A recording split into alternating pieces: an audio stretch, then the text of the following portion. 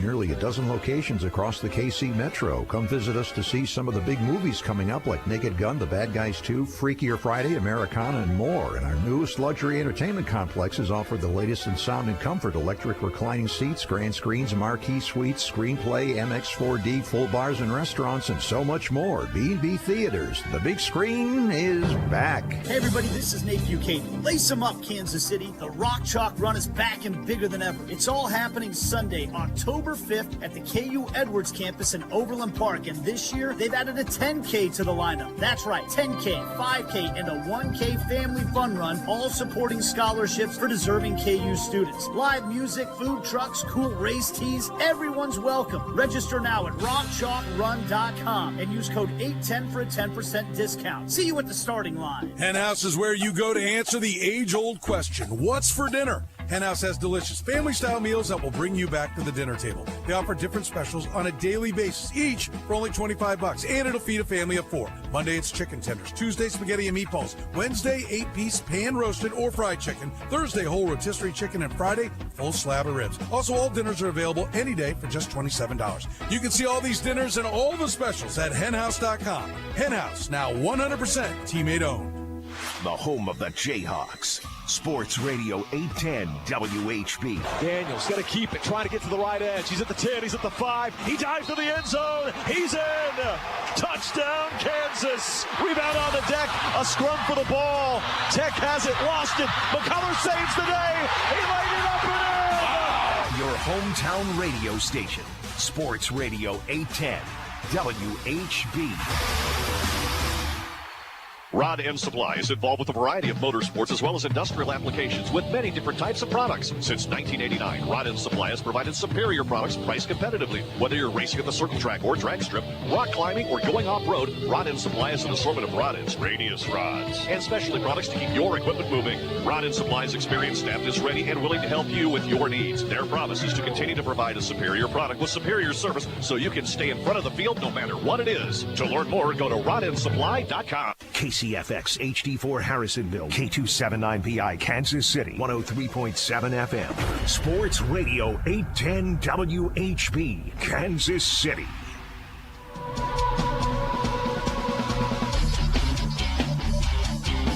America's largest all-sports radio station presents the #1 motorsports show for over 2 decades, Track Talk, brought to you by Rod End Supply and the Power Ride Midwest Lightning Sprints. Here are the racing boys, Scott Traylor and Kirk Elliott.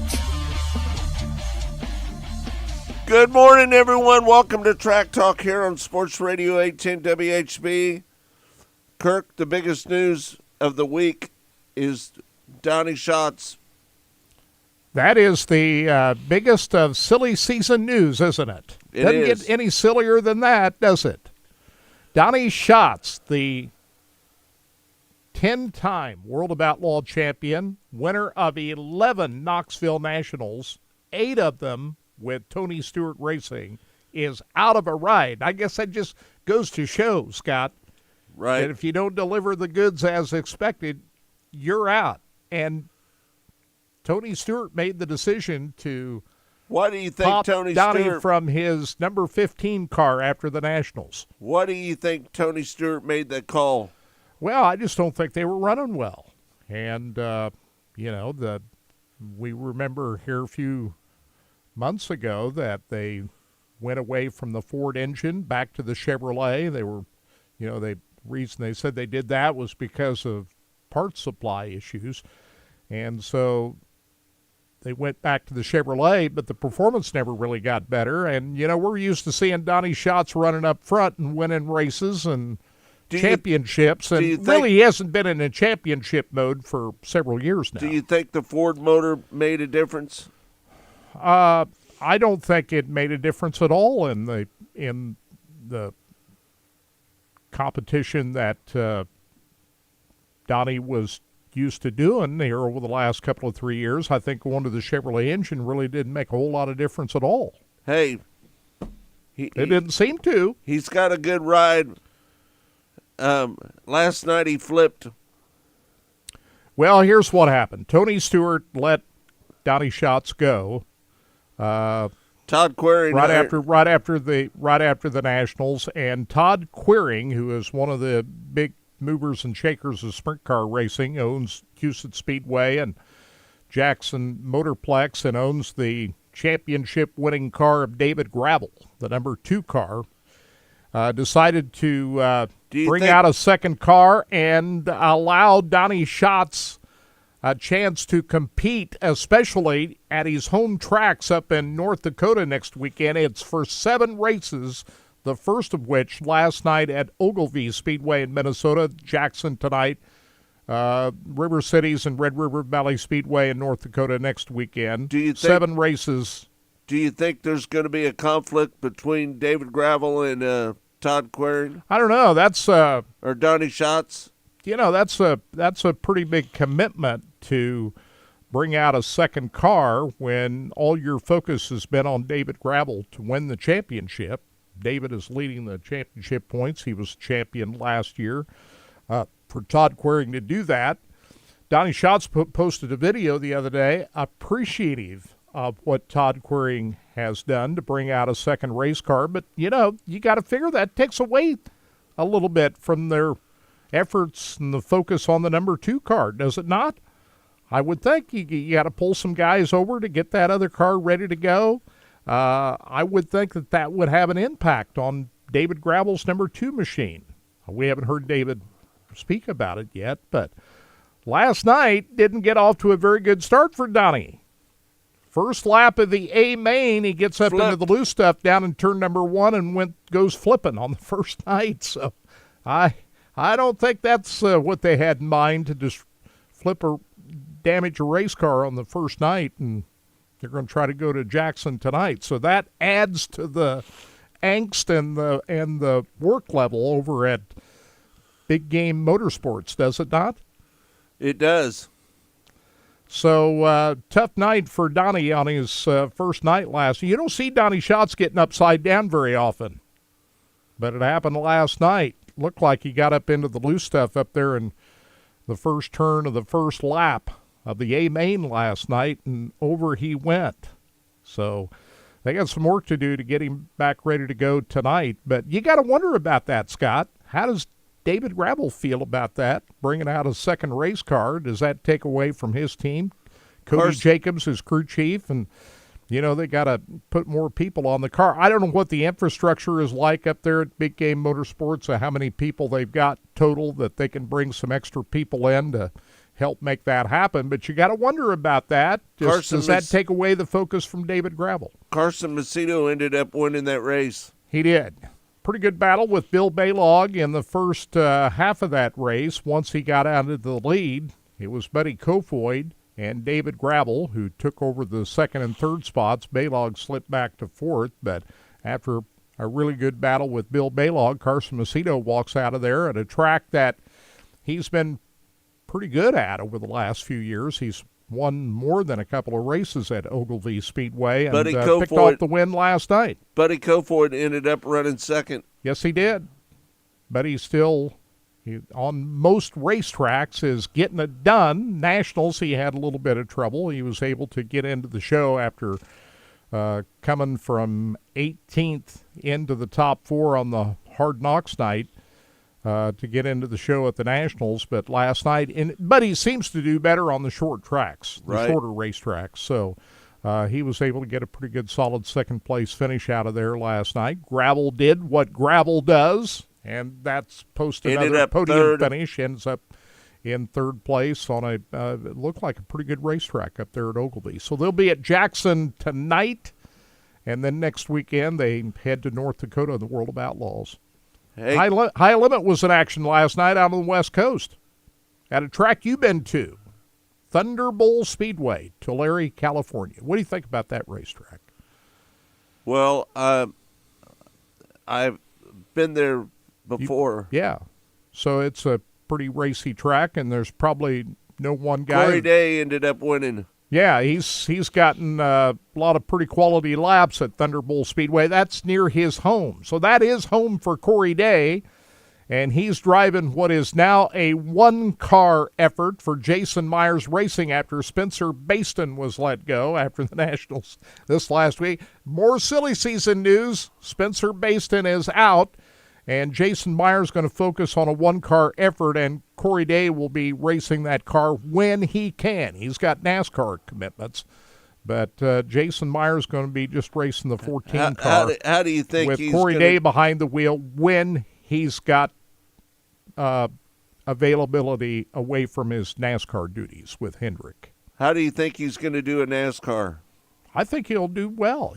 The Truck Series a couple of weeks ago at IRP, he finished second after a fifth-place run. Before that, he's starting to get it. He's a talented race car driver. Remember, he's only 19 still, and I think he'll eventually get the NASCAR stuff. It's going to take a little bit of time, though. It's a little different than what he's used to racing on dirt. But Corey Day picks up the win last night at Thunderbolt Speedway last night, and guess who's finished second? Was the former Jason Myers driver, Spencer Baston, who's driving Paul Silva's car. A W is the number on that car. Giovanni Scelzi was third. Pretty good run for Gio, who is filling in for Tyler Courtney, the injured Tyler Courtney, in the Clauson Marshall 7BC car. After a top 10 finish at the Nationals, Gio Scelzi's getting the hang of things over there at Clauson Marshall Racing, finishing out the rest of the year for the injured Tyler Courtney. And Gio, also a California guy, he's a high limit guy now. He was a full-time World of Outlaws guy for KCP Racing.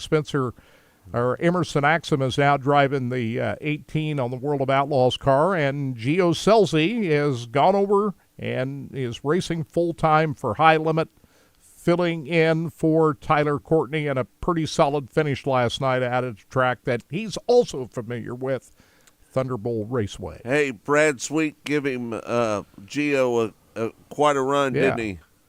Yeah, Sweet ended up pretty strong last night, I would say. And tonight they're going to be at the Bull Ring of Placerville Speedway, another track you've been to, Scott. That is the Bull Ring of all bull rings, is it not? It is. So that's what's going on with the highest levels of sprint car racing. You and I watched a pretty good show out at Lakeside Speedway last night, here locally. They had the Power I 410 Outlaw Sprint Cars along with the Power I / MWRA non-wing sprint cars, the Weld Family Memorial race last night out at Lakeside Speedway. And first-time winner, Scott, Chris Martin. His first ever 410 win. He's won in the 360 ranks. And Samuel Wagner leads wire to wire to get his first ever in the non-wing sprint cars. Congratulations to those two guys. Hey, but his brother Jack was really excited, wasn't he? He was. Of course, Jack had won a few races this year, too. He was very happy for his younger brother, Samuel, as Jack finished third behind Wyatt Burks, who was second.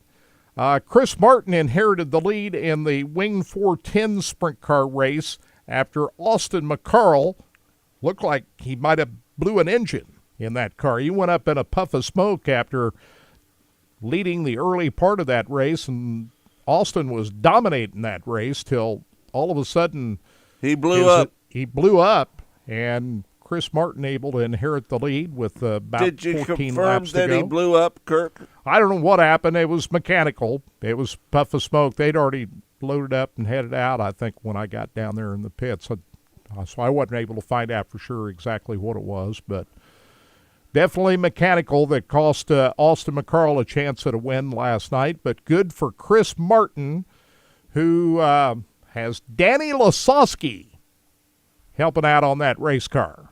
Well, you got no better guy to help you out than Danny Lasowski for Chris Martin, right? Who wins his first ever 410 race last night. Pretty good show. Good crowd last night out at Lakeside. It was hot. Sticky hot out there, but a good turnout of fans out there last night. Racetrack was good. So, Kirk, are you going to go to Lucas Oil Speedway I'm not going to tonight? be able to make it down there tonight. You thinking about heading down there? I'm thinking about heading down there. That's where they're going to be tonight. Lucas Oil Speedway for the Impact Signs, Awnings, and Wraps night down there. They got the State Fair on Sunday. The only problem is that it's going to be hot. Yeah, it's how hot is it supposed to be today? 100 degrees, whatever. But it's summertime, so. Todd, how hot is it supposed to be today? Upper 90s, heat warning most of the Midwest here. So I know it's not going to be. I'm not out mowing grass today. That's for sure. There's nothing mowing, nothing. I'm not doing no yard work. I'm just going to go in. Stay in where it's cool. The AC and maybe find my way into a pool next door. My yard needs to be mowed. Yeah, I would do it in the evening. I wouldn't do it in the morning. And I wouldn't do it this afternoon. That's right. That's for damn sure. I would wait till this evening just so I know that that you're not going to be dealing with you don't. I'd rather have it hot and humid than 40 below zero in the wintertime. Any day of the week. I tell people that all the time. I will go down with that on that ship with that flag flying Yes, sir. to the end. I will take the heat over the.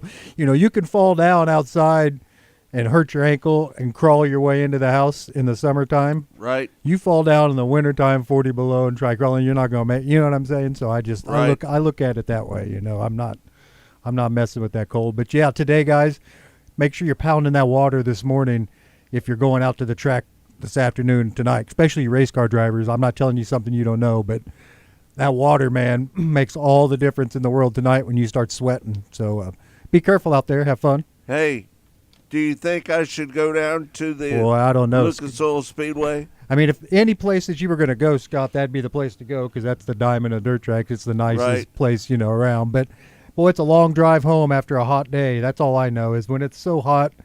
It's 2.5 hours. That's a long drive home. And when you're just wore out from that heat, I don't know. You got the fair race tomorrow. I was going to say, you got Sedalia tomorrow, man. Hey, maybe I'll just get a motel room, Kirk. There you go.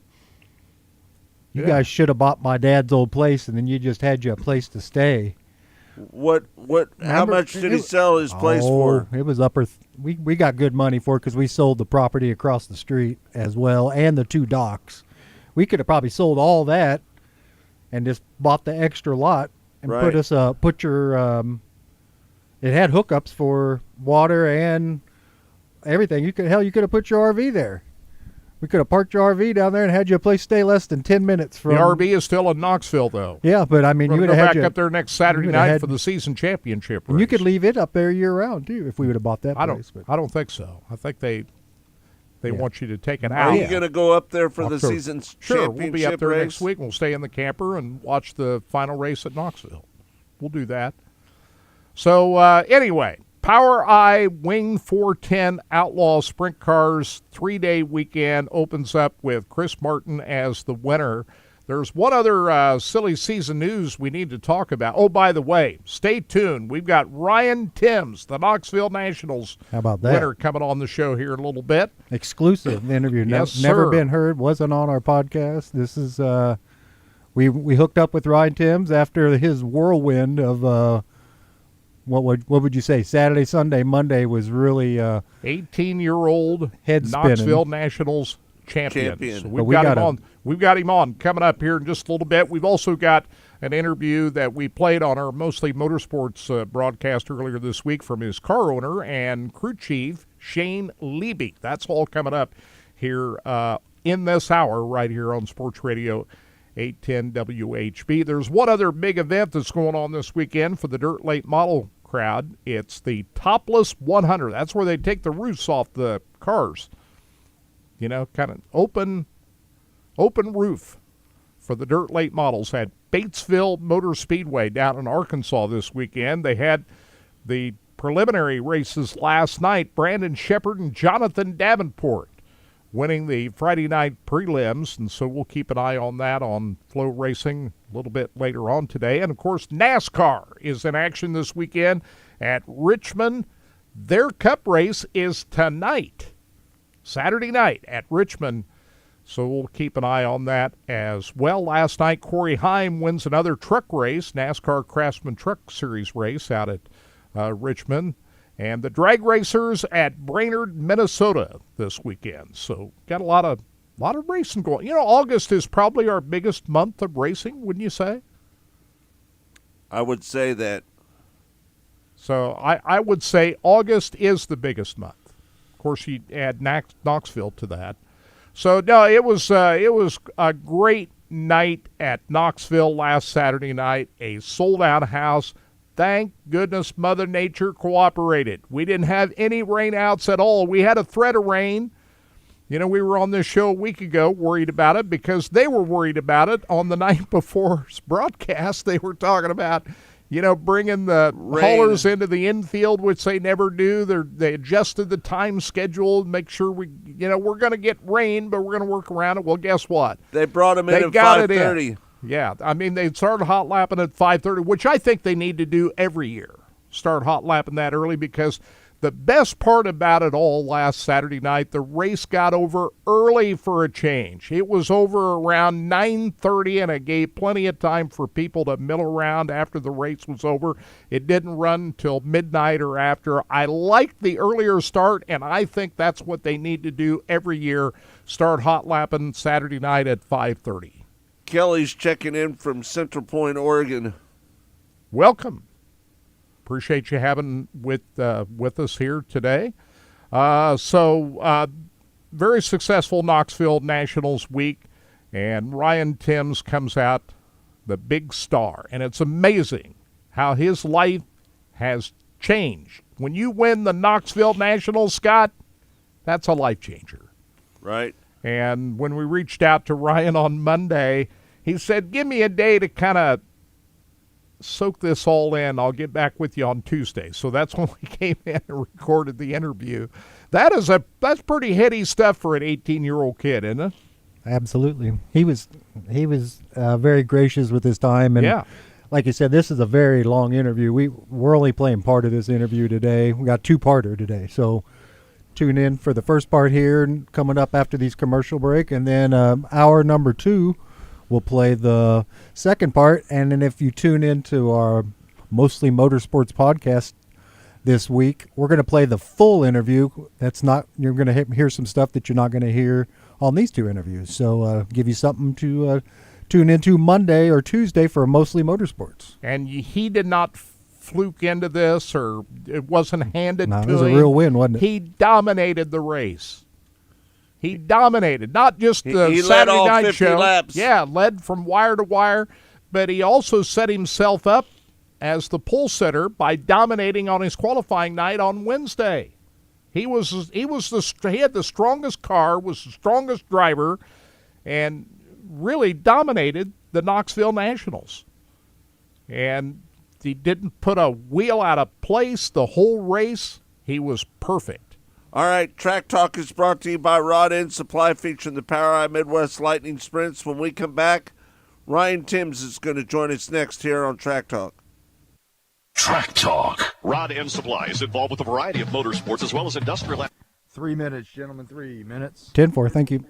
Supply has provided superior products priced competitively. Whether you're racing at the circle track or drag strip, rock climbing, or going off-road, Rod End Supply has an assortment of rod ends, radius rods, and specialty products to keep your equipment moving. Rod End Supply's experienced staff is ready and willing to help you with your needs. Their promise is to continue to provide a superior product with superior service so you can stay in front of the field no matter what it is. To learn more, go to rodendsupply.com. What's up, Kansas City? Steven St. John here for Window Nation. Summer's wrapping up, and your AC has been working OT just like me. So it's time to have Window Nation replace your home's windows in a day or less. And right now, get 50% off all window styles, 0 down and 0 payments and 0 interest for 2 years. But hurry, KC, this sale ends soon, so don't miss out. Schedule your estimate now at 866-90Nation or online at windownation.com. Hen House is where you go to answer the age-old question, what's for dinner? Henhouse has delicious family-style meals that will bring you back to the dinner table. They offer different specials on a daily basis, each for only $25, and it'll feed a family of 4. Monday, it's chicken tenders. Tuesday, spaghetti and meatballs. Wednesday, 8-piece pan-roasted or fried chicken. Thursday, whole rotisserie chicken, and Friday, full slab of ribs. Also, all dinners are available any day for just $27. You can see all these dinners and all the specials at henhouse.com. Henhouse, now 100% teammate owned. Get ready for a new NFL season with exclusive preseason coverage on Sports Radio 810 WHB. From the preseason to the NFL championship, your home for the best football coverage is Sports Radio 810 WHB. All of our amazing coverage on Sports Radio 810 WHB is brought to you by Greenlight Dispensary. Make sure to check out greenlightdispensary.com for all premium cannabis products.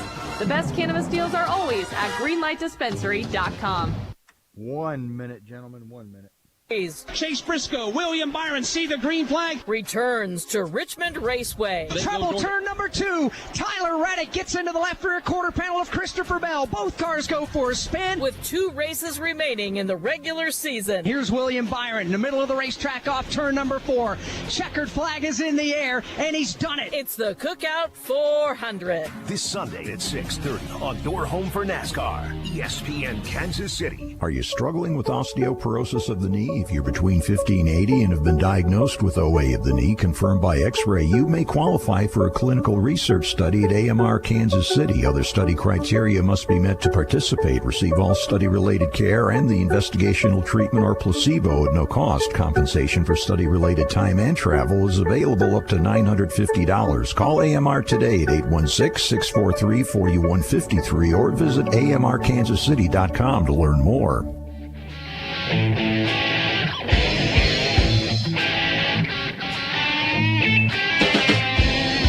Welcome back to Track Talk. It's all brought to you by Rod End Supply, featuring the POWRi Midwest Lightning Sprints. Kirk? We heard a promo here just a couple of minutes ago. The Cup race is actually tonight, the Cookout 400 at Richmond Raceway. Ryan Timms is 18. He'll turn 19 here in just a few days. But when his dad said to him, "You just won the Knoxville Nationals," like 2 or 3 times, Ryan was going, "Yeah." But I think Ryan realized that when he did the donuts out in the front and the longer than normal wing dance, and he got on top of the wing. I think Ryan already knew how big it was, especially with the crowd cheering in the background. But we had a chance to visit with Ryan Timms here earlier this week. This is a never-before-played interview. We didn't have this on our Mostly Motorsports show, so you hear this for the first time. The Knoxville Nationals winner, Ryan Timms. Joining us now is the 64th annual Knoxville Nationals winner. How's that sound, Ryan? It's got a real nice ring to it. You've got a few days to let this soak in, Ryan Timms. How do you feel about it now, several days after it? It really still is just amazing. It's unbelievable. It's honestly, words can't even describe the emotions and how I'm feeling and what it's like to do it, and it's just unbelievable. You led all 50 laps. That's a pretty big coup right there, isn't it?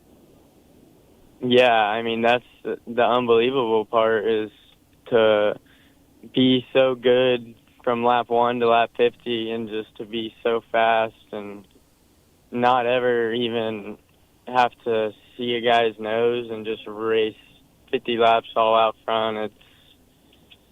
It's so crazy. It's hard to believe that me and this team have only been together not even a full year yet, and we've done this. Hey, you had a 4.5-second lead at one point. Talk about that a little bit. Yeah, well, I really had no idea until after the race. Even during the break, no one told me I was. Maybe they did, but I didn't hear it, at least. And there's not many people, when you go back and look at all the nationals, there's not very many nationals where it's, I guess, I don't know, dominated like that. You know, not many guys stay out front for that long and lead that many laps, and to lead them by seconds it's just an unbelievable accomplishment, and I'm one of the lucky ones, I guess. Well, let's talk about your entire Nationals week. You started off on your qualifying night, Wednesday, qualifying third. You had third in time trials. And the first two heat winners did not make it through their heat races as a transfer into the main event, but you did.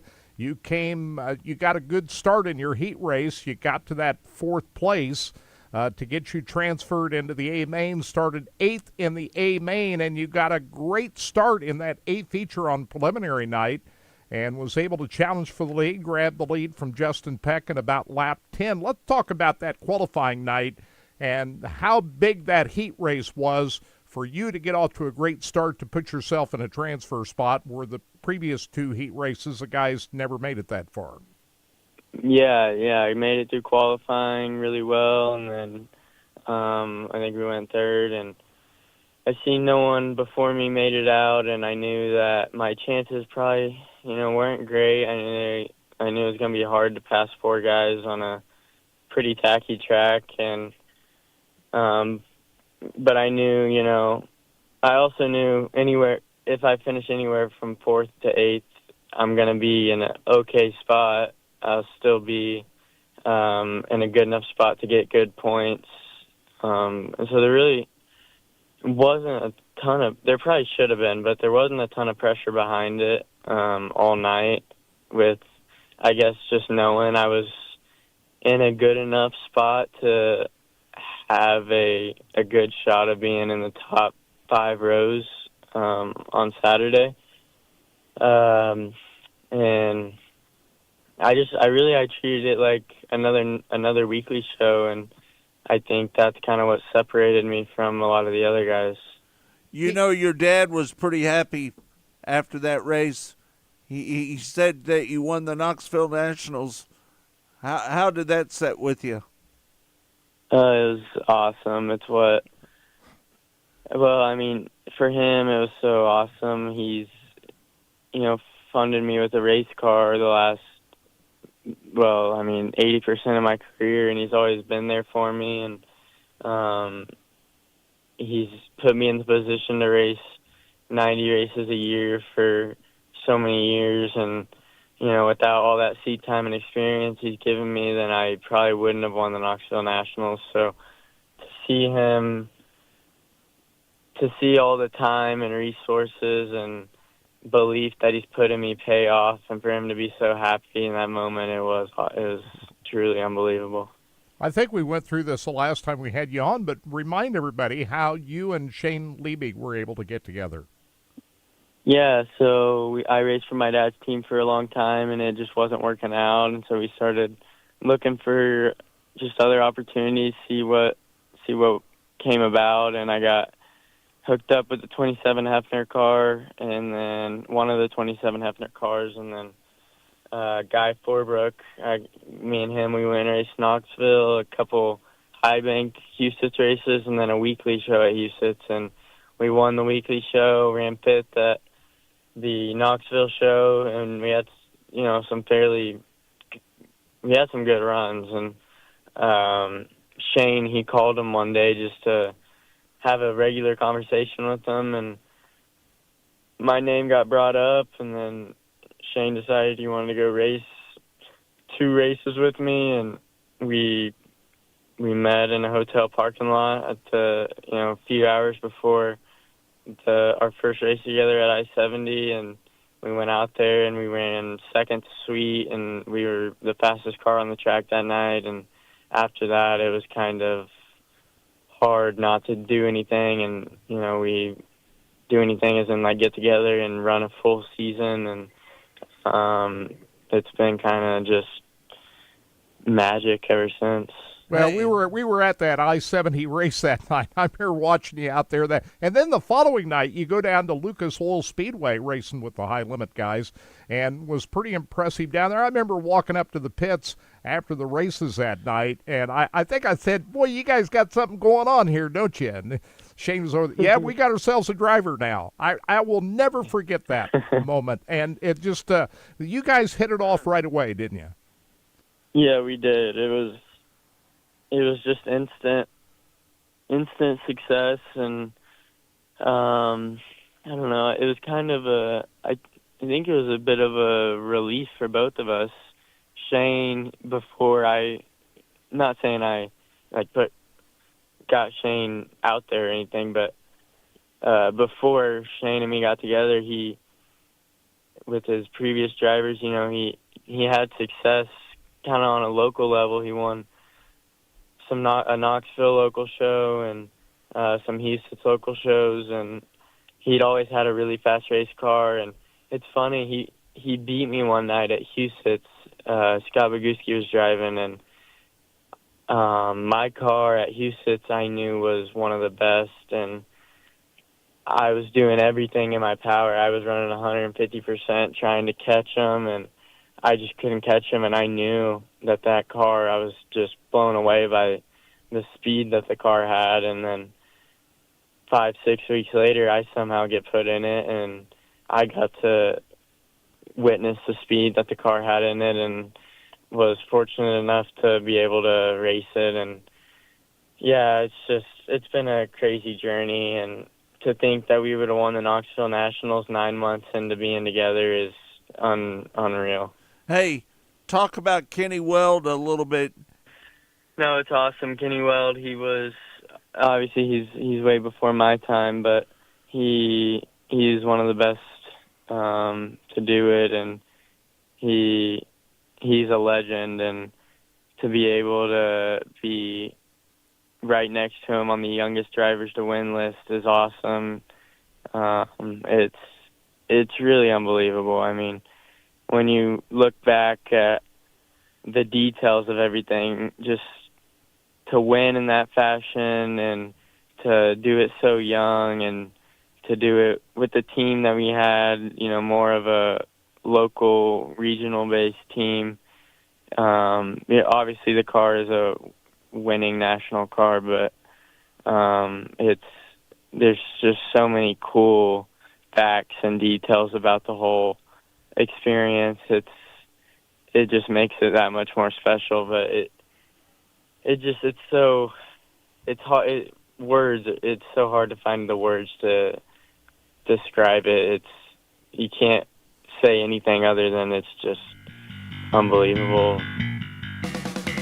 We'll have more from Ryan Timms in hour 2 exclusively on Racing Boys, but I'll forever remember the night out at I-70 Speedway last fall, which has turned out to be the next to last night that we've seen racing out at I-70. Remember, they ran a stock car race the night after this event. It was early in October, and Ryan Timms, in his first ride in that number 10 Liebig car, finishes second. It's a shame. Brad Sweet. It's a shame that I-70 is just... It's coming back, though. I'll tell you more about that here in just a little bit. What? They've mowed the what grass. Do you know? They've mowed the grass out at I-70 Speedway, and they're gonna do a test coming up next week. They're gonna get some cars out on the racetrack. So stay tuned for that. So I think I-70 will be back at some point. So stay tuned for that. But anyway, we only saw one other event at I-70 after Ryan Timms finished second to Brad Sweet at I-70 in his first night in that 10 car. He finished the second. The next night, they go down to Lucas Oil Speedway, and he is leading the race until something in the fuel valve broke in the car. They had to come in and fix it. They brought the car back out, and he ends up finishing 9th from the back. He ends up 9th. That's how fast they were those 2 nights. They go down to Texas Motor Speedway in the high limit weekend finale. He posts a 3rd and a 5th place finish in those 2 races. Then they go to the World Finals, the World of Outlaws event, in November last year, and he finishes 4th. So we shouldn't be shocked what Ryan Timms did. Everybody's calling him the biggest upset in the history of the World of Outlaws and the Knoxville Nationals. Maybe, maybe not, but when you see how strong he was in that car right from the get-go, that you had to figure, and all the races that he's won at Knoxville this year, he won 6 races. You know, the 410, he won, 4 or 5 times the 410, once in the 360. He had a great year in the regular season at Knoxville coming into this event. He picked up $195,000 to win that race. Then if you add $12,000 for the preliminary win, another $10,000 for being the Jesse Hockett Mr. Sprint Car, and all the other contingencies, they walked out of there with almost $225,000 when you add it all up, Scott. Scott's checking in from Fort Myers Beach, Florida. Welcome, everybody tuned in. Florida, Oregon, Ohio, we got them all tuned in. Yeah, when we talked to Ryan, he knew exactly how much money he won, didn't he? He did. He 225 or he pulled it out right out. When you add up the whole weekend. Yeah, he knew it. And then also he picked up, didn't he win the Jesse Hawk? Didn't you say he won? That's $10,000. So yeah, he knew exactly what he'd won when he went to the bank on Monday. That's why we couldn't get a hold of him on Monday. Right. You know that, well, Kurt. he when you carry that back. He texted back. He said, "Hey man, sorry I didn't get back to you sooner. I'm just taking a day to kind of let it all sink in." Well, you know, it's hard to carry that big cardboard check into the bank. You know, so he had to have, figure out how to do that. $195,000. Well, when we come back after the break, we're going to talk to the man who cashes all that money, the car owner, Shane Liebig. I spoke with him after the race last Saturday night up in Knoxville, so we'll hear from Shane Liebig, the car owner, from his side of the equation, coming up in the next break. All right.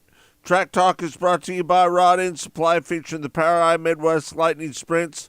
We'll be back with more Track Talk in a moment. Stay tuned. Track Talk. Rod End Supply is involved with a variety of motorsports as well as industrial applications with 3.5 minutes, gentlemen. 3.5. 10 for it. provided superior products priced competitively. Whether you're racing at the circle track or drag strip, rock climbing, or going off-road, Rod End Supply is an assortment of rod ends, radius rods, and specialty products to keep your equipment moving. Rod End Supply's experienced staff is ready and willing to help you with your needs. Their promise is to continue to provide a superior product with superior service so you can stay in front of the field no matter what it is. To learn more, go to rodendsupply.com.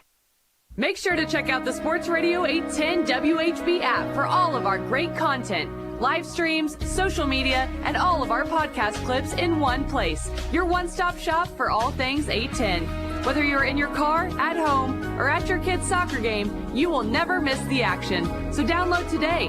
Brought to you by Greenlight Dispensary. Go to greenlightdispensary.com for any of their 5 Kansas City area locations for all premium cannabis products. greenlightdispensary.com. At B&B Theaters, enjoy it the way movies are meant to be seen, on the big screen. The family-owned and operated movie theater company with nearly a dozen locations across the KC Metro. Come visit us to see some of the big movies coming up like Naked Gun, The Bad Guys 2, Freakier Friday, Americana, and more. And our newest luxury entertainment complexes offer the latest in sound and comfort, electric reclining seats, grand screens, marquee suites, screenplay, MX4D, full bars and restaurants, and so much more. B&B Theaters, the big screen is back. Hey everybody, this is Nate Buchanan. Lace 'em up, Kansas City. The Rock Chalk Run is back and bigger than ever. It's all happening Sunday, October 5th at the KU Edwards campus in Overland Park. And this year, they've added a 10K to the lineup. That's right, 10K, 5K, and a 1K family fun run, all supporting scholarships for deserving KU students. Live music, food trucks, cool race tees, everyone's welcome. Register now at rockchalkrun.com and use code 810 for a 10% discount. See you at the starting line. This is SSJ for Window Nation. It's the end of summer here in the Kansas City area, and your AC is working overtime.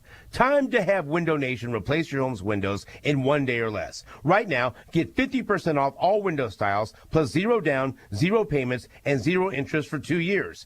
That makes Window Nation more affordable on average than other companies. Hurry, Kansas City. This sale ends soon, so don't miss out. Schedule your estimate right now at 866-90-NATION or windownation.com. 1 minute. The age-old question, what's for dinner? Hen House has delicious family-style meals that will bring you back to the dinner table. They offer different specials on a daily basis, each for only $25, and it'll feed a family of 4. Monday, it's chicken tenders. Tuesday, spaghetti and meatballs. Wednesday, 8-piece pan-roasted or fried chicken. Thursday, whole rotisserie chicken. And Friday, full slab of ribs. Also, all dinners are available any day for just $27. You can see all these dinners and all the specials at henhouse.com. Hen House, now 100% teammate owned. The home of the Jayhawks. Sports Radio 810 WHB. Daniels got to keep it, trying to get to the right edge. He's at the 10, he's at the 5. He dives to the end zone. He's in. Touchdown, Kansas. Rebound on the deck. A scrum for the ball. Tech has it, lost it. McCullough saves the day. He laid it up and in. Your hometown radio station. Sports Radio 810 WHB.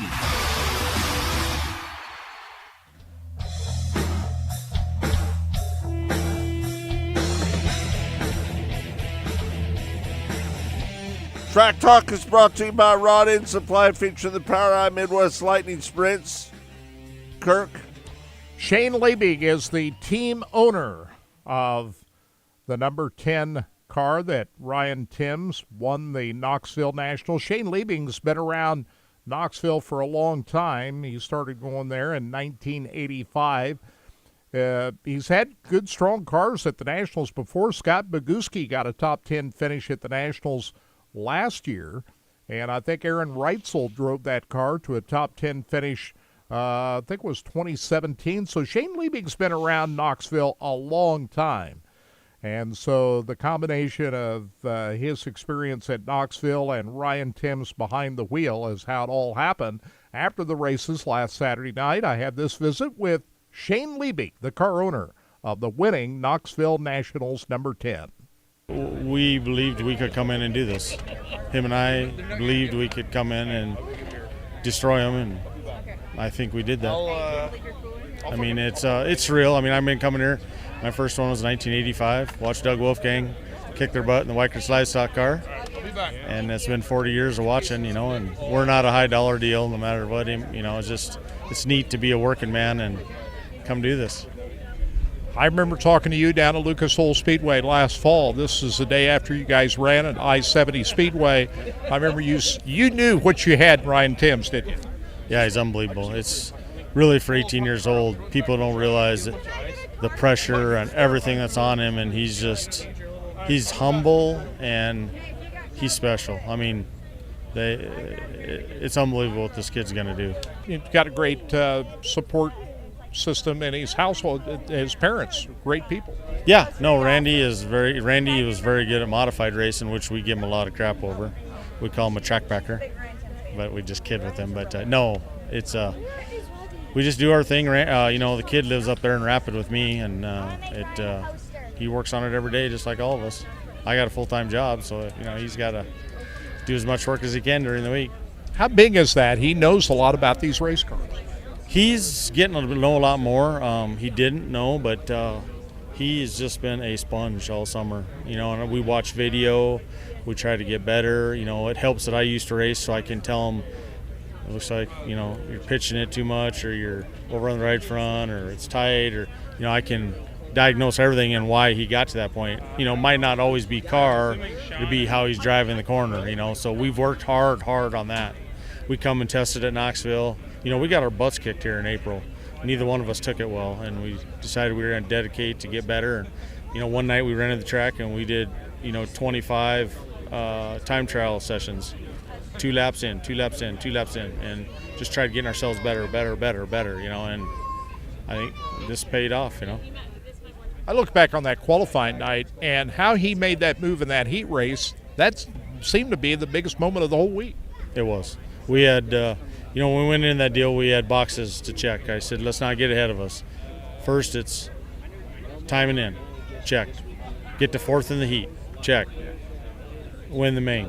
And I mean, we were walking to turn 3 to watch the track before the B main, and I was like, listen to me, I'm not trying to stroke you, but you can win from 8th. And he looked at me and said, I know I can. And I'm telling you, the look, I knew. I mean, I've raced long, and you get that look. You know them guys are going to do what they say.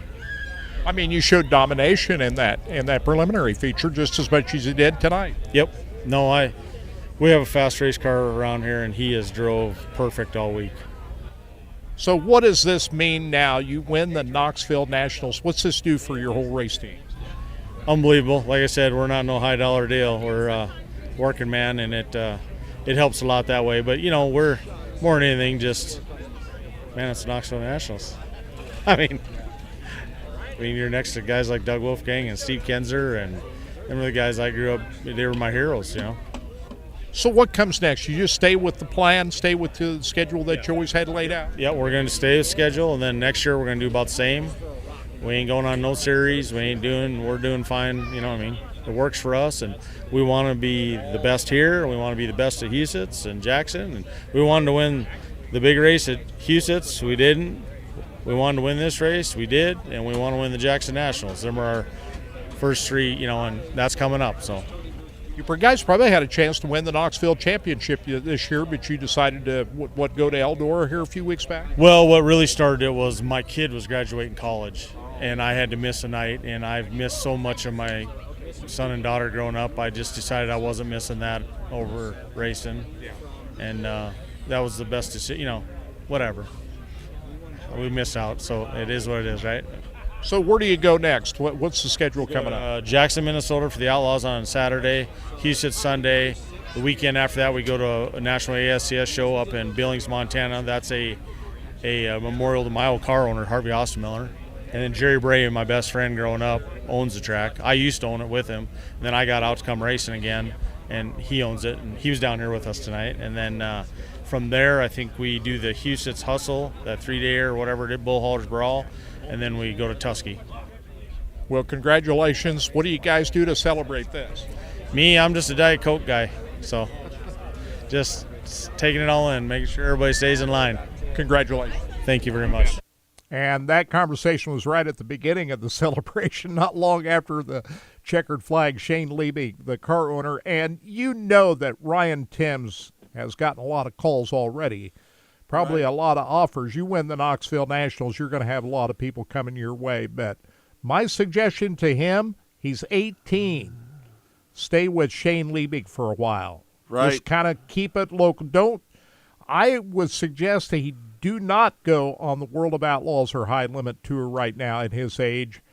That's a whole new ball game. Why you say that, Kirk? I think it's too fast, too quick at his age. I would say just stay with Shane Liebig for a while longer. That's all I would say. And you know what? I think that's probably what he's going to do because. So you say that not going on the High Limit Series and not going on the World of Outlaws is a good thing? Too quick. Eventually he can get there, but if you get into a situation that is not as good as what he has now, he's going to go out there and it's a hard slog at that age to go out there. As well as I do, Scott, it's the lifestyle that you got to go through when you're out there on the World of Outlaws and traveling the country and doing all that. That's a whole different ball game. I would say at his age, and you know what? I think he's going to, because if you meet his dad, his parents, I think they've kept him grounded. They've got him this far so far. You remember they're the ones that funded the 5-car, the race car that he got started with, and they had a lot of success in. Kirk, he said it's not a big money deal. Well, Shane Liebig's team is not a big money deal, but it's good enough to win the Knoxville Nationals, right, Scott. And he's been racing at Knoxville all year. He raced at Houston all year. And I think that the lifestyle that Ryan Timms has led here this year is a whole lot different than if you're out there on the High Limit, crisscrossing the country with the High Limit or the World of Outlaws Tour. So I think too fast, too quick. But he's going to have a lot of tempting offers, Scott. Right. And he's shown no interest yet of going NASCAR, going south yet. Now, that could change. He said, I want to stay in sprint cars, which is great for sprint car racing, but I think that he would be better off just kind of take it slow. Don't go too fast, too quick to the big time. He's only 18. We don't even know this kid may have college dreams. As far as a lot of these kids nowadays do juggle both racing and college, and that's what Xavier Doney does. That's what I'm saying. So we know this for your a fact. son is. Yeah, he just went back yesterday, starting his day, year number 2 at the college in his new apartment. And he's the exact same age as Ryan Timms. You know what I'm saying? So like I said, I can't imagine. And I'm like Kirk. I'd stay right where he's at. I would for a stay while. right where I'm at and see what kind of things happen. And you look at mom and dad in that photo, and you can tell that they're good. They're good people. They're taking care of their kids, so they're not going to jump at the first thing that's coming at them. You know what I'm saying? This is right. This is some of these kids wait a long time to get become a Knoxville champion or a nationals champion. Well, this guy's got this pretty early in his career. I would sit and just kind of bask in this a little bit, Kirk Elliott. He led all 50 laps, Kirk. Yeah, wire to wire. Third year in a row, that's how. Larson did it the previous 2 years, wire to wire. Right. Hey, I want to get this in before we end up. By the way, more Ryan Timms coming up in the next hour. We'll also have Garrett Williamson, who got a top 10 finish, 8th place finish. His interview coming up in hour 2 exclusively on Racing Boys. Next weekend, for you drag racing fans, US 36 Raceway near Cameron, Missouri is the place to be. It'll be the first annual Mike Franks Memorial event. $18,000 guaranteed to win next Friday and Saturday at the US 36 drag strip. It's been newly paved up at US 36, and of course up there to honor the life of the founder of US 36 Raceway, who unfortunately we lost Jerry Franks last fall from cancer. They're going to honor him with the first annual Mike Franks Memorial event next Friday and Saturday. So go to US 36 Raceway social media pages. They've got a website up there. You can check out all the details up there, but it's going to draw a big crowd. There's going to be a lot of money on the line. Do we have it on Racing Boys, Kirk? Yes, we will have. I don't have it up there yet, but we'll put a flyer up there and some details about all that coming up here in the next couple of days. So, yeah, it's a great time of the year. Lucas Oil Speedway tonight, State Fair Speedway tomorrow for the only race the whole year at the Missouri State Fair in Sedalia. They just got one race a year now there, Scott, on a big half mile, so that'll happen tomorrow night. Are you planning on going down there, Kirk? Yeah, we'll see how it works out. I haven't made the final decision yet. Let's hope it maybe it's going to be a little too hot for you. Let's hope maybe it cools off a little bit, huh? So anyway, it'll be a great time. The fair's going on, and Lucas Oil Speedway tonight. This will be a good tune-up for the guys down at Lucas Oil Speedway for the Jesse Hockett Daniel McMillan Memorial that comes up next month. We'll be sure to be there for that. In the third weekend in September, which is the same weekend as the Knoxville. We need Late to go up and Nationals get the RV. 2 minutes. We can do that next Saturday. There's off weekend at Knoxville this weekend. They're going to wrap up the championship about going next up and weekend. getting it Let's go up this there week. next weekend. I'm thinking about going up there and getting it this week. Well, next weekend, next Saturday would be the time to do that when they got the races going on up there. So anyway, we'll talk about all that. But Monday on Mostly Motorsports, we've got a couple of guests lined up. Chris Martin, who won last night's 410 Winged Outlaw race at Lakeside, and Samuel Wagner will be on Monday's Mostly Motorsports show. We podcast that wherever you find your podcast. You can look for it on racingboys.com as well. Todd, you do a great job of putting that all together. I appreciate that. Yep, we should have a good episode. And then we're also going to go ahead and tack on that Ryan Timms interview on that podcast, because we need to make sure we get that thing archived in our podcast archives. It's too good an interview, and we talk a little bit after that interview as well. You're not going to hear any of that on the next interview. So, yeah, stay tuned for hour 2 for part 2 of that Ryan Timms interview. And then, like you said, Monday afternoon, hear the whole thing. All right, thanks everybody for tuning in to Track Talk here on Sports Radio 810 WHB. Jay Powers, welcome back. Thanks for all you do back at Thanks, Sports Radio 810. And we have got, we're going to be back here next Saturday too, as always. Right. Track Talk is brought to you by Rod End Supply, featuring the POWRi Midwest Lightning Sprints. We'll be back with more Track Talk in hour number 2. POWRi Lightning Sprints at Valley Speedway tonight. Check it out.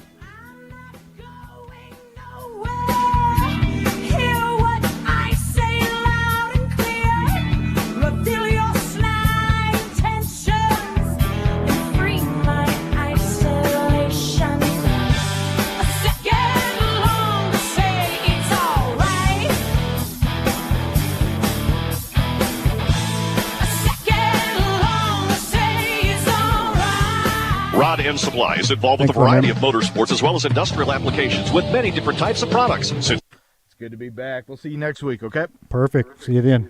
All right.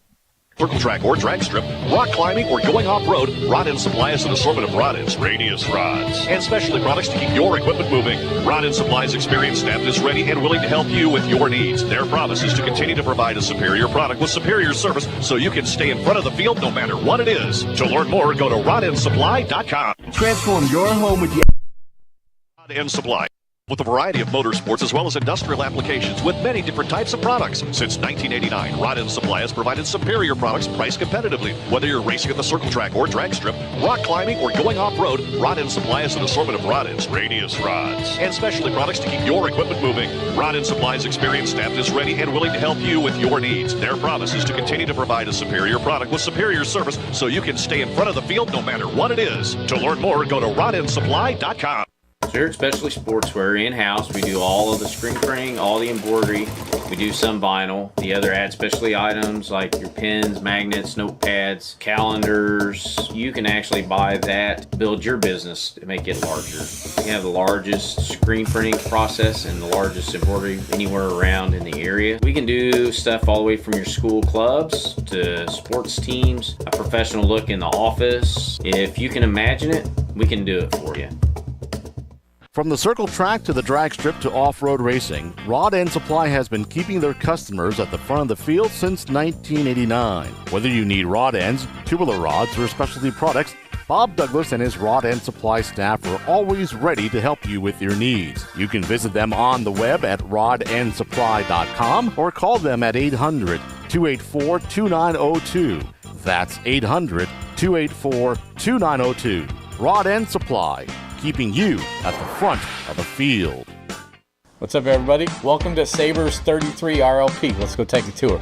Coming into this animal, we're going to take a trip back here to the feature of this trailer, the deck. Check it out. It's awesome. It's 4 by 10 feet. You can dance on the thing. Boom! Check it out.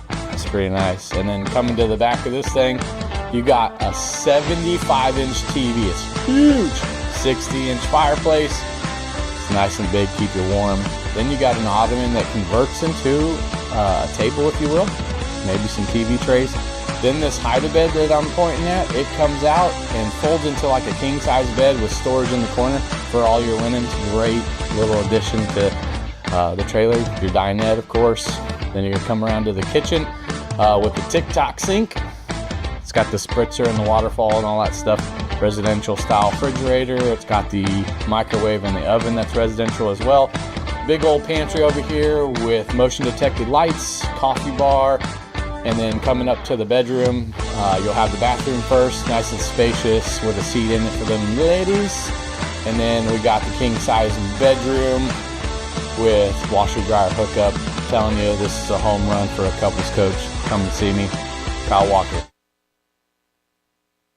Steve died, the outpouring of love was amazing. These dollars had come together to support us, and we realized, no, we didn't want to use them for us. We wanted to use them to help others. The foundation has done so much for so many people. It helps any family that has somebody, whether it be a crew member or one of the drivers, that get hurt. We can help them to get through the situation. I was injured in a non-wing sprint car accident that broke my neck and left me with a spinal cord injury. I was in the hospital 8 months, and that got really, really expensive, so having that extra help to helped push me and my family forward was a big deal.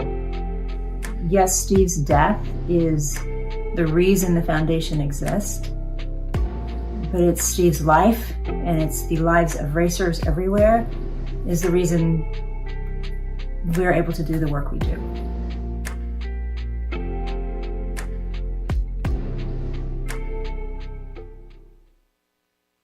So we have a lot of folks come in interested in traveling for work. This is going to be a great option. Your Coachman Northern Spirit 2565 front kitchen. You have a nice wraparound full front kitchen here. Huge windows up top. Big 12-volt refrigerator. Lots of windows on the sides here. Great natural light coming in. You have your big TV over here on the swing arm bracket so you can kind of see it from any point in the room. Also have your bar stools here. Sit and eat your breakfast. In the bedroom, you're going to have a king-size bed in the slide-out. Lots of storage underneath that. Washer, dryer, hookup. Tons of storage with the drawers. Then you got your full bath across the back. When it comes down to a camper that you can get for 6,500 pounds and be under 30 feet long, this is an absolute home run. Race fans, the National Sprint Car Hall of Fame and Museum is open 7 days a week, year-round, for you to come in and check out all of the wonderful race cars on display in the museum.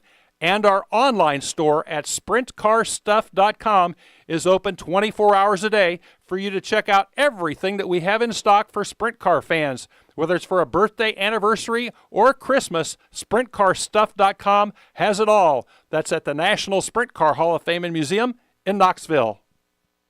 Go harder, faster, stronger with Rod End Supply. Whether you are running industrial, farming equipment, or a race car, Rod End Supply has the assortment of rod ends, radius rods, and specialty products that will help you lead the field in performance. Our superior design means our rod ends last longer and perform better, giving you the edge on the track and saving you money. Contact Rod End Supply or order online today at rodendsupply.com. We don't just sell them, we race them. rodendsupply.com. Serving the racing community for over 30 years. Hey everybody, this is Larry the Cable Guide. You are listening to RacingBoys.com, and if you're not, I swear to you, get in your truck or do something, but get the hell out of this country because you don't belong in it if you don't listen to these fellas.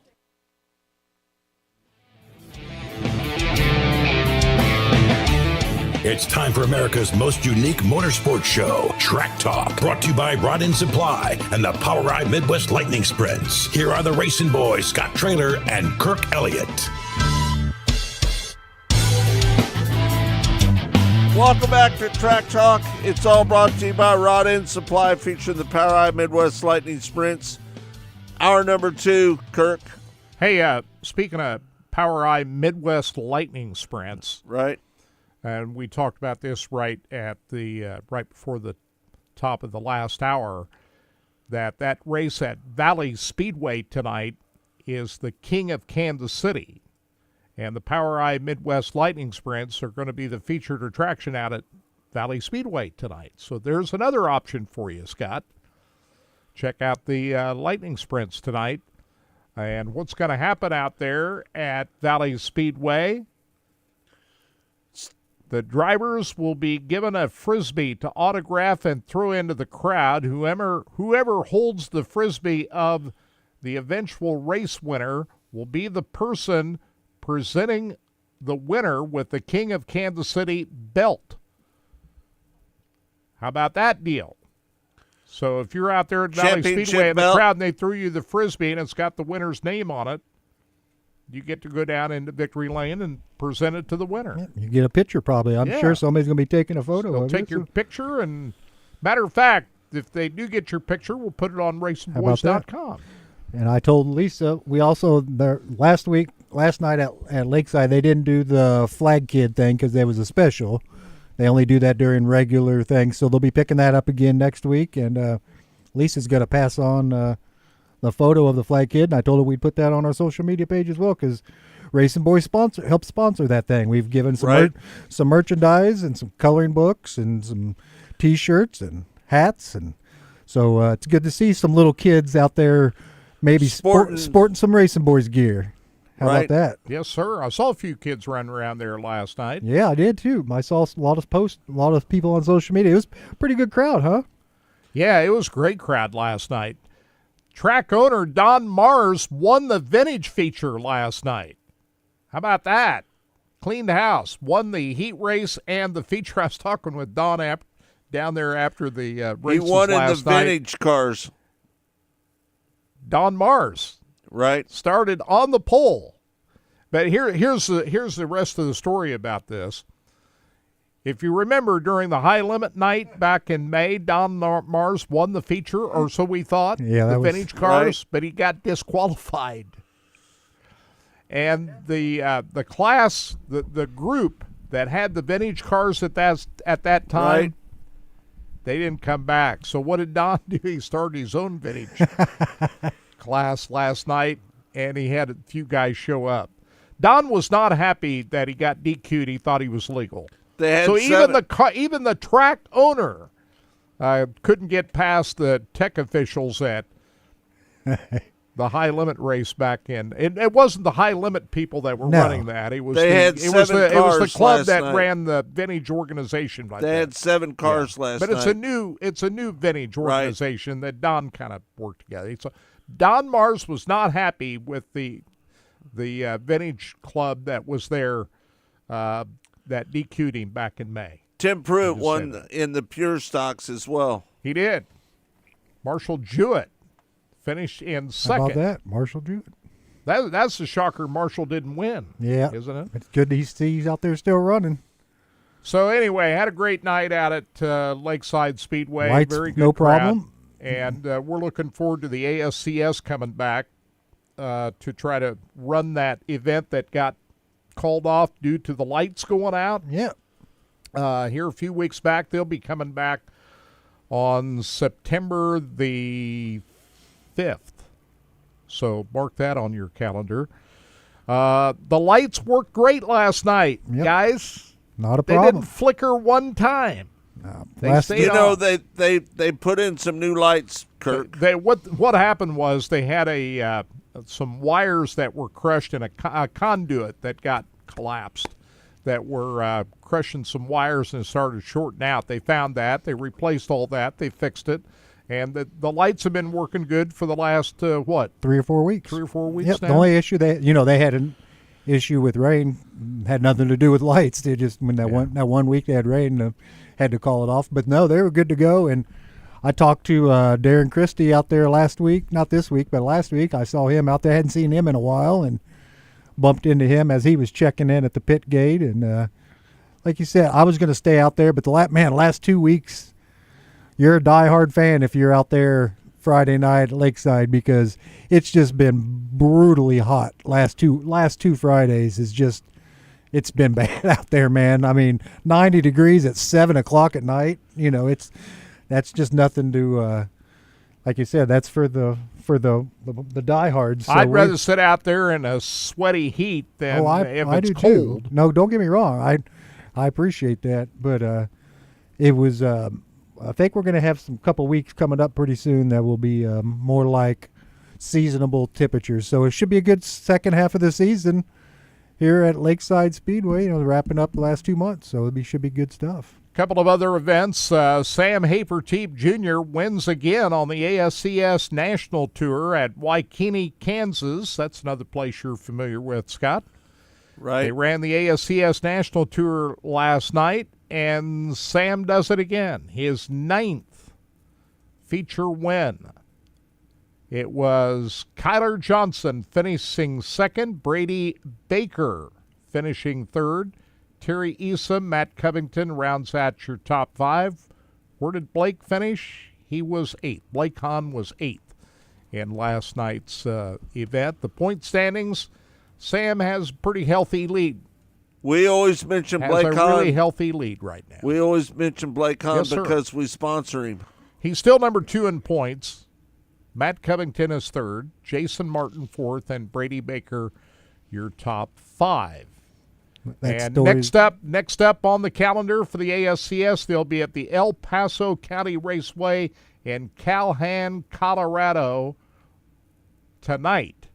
So they're in Colorado. They're going to be in Montana next week, where Ryan Timms is going to be racing with the ASCS next weekend, because the Osmiller Memorial there at Big Sky Speedway, where Team owner Shane Liebig says his best friend runs that racetrack. And I think Shane Liebig used to be a promoter at that. That's another racetrack you're familiar with, Big Sky Speedway. You've been there many times. I've been there many times. I've never been to any of those racetracks, Scott, but you've been to all of them. I've been to all of them. Yeah. So you want to hear more? Sam Haferteef has a 207-point lead over Blake Hahn. That's he's going to win his 6th championship, isn't it? Right. So that seems to be pretty well done. They had races at Humboldt Speedway last night. The Heartland Modified Tour was in action.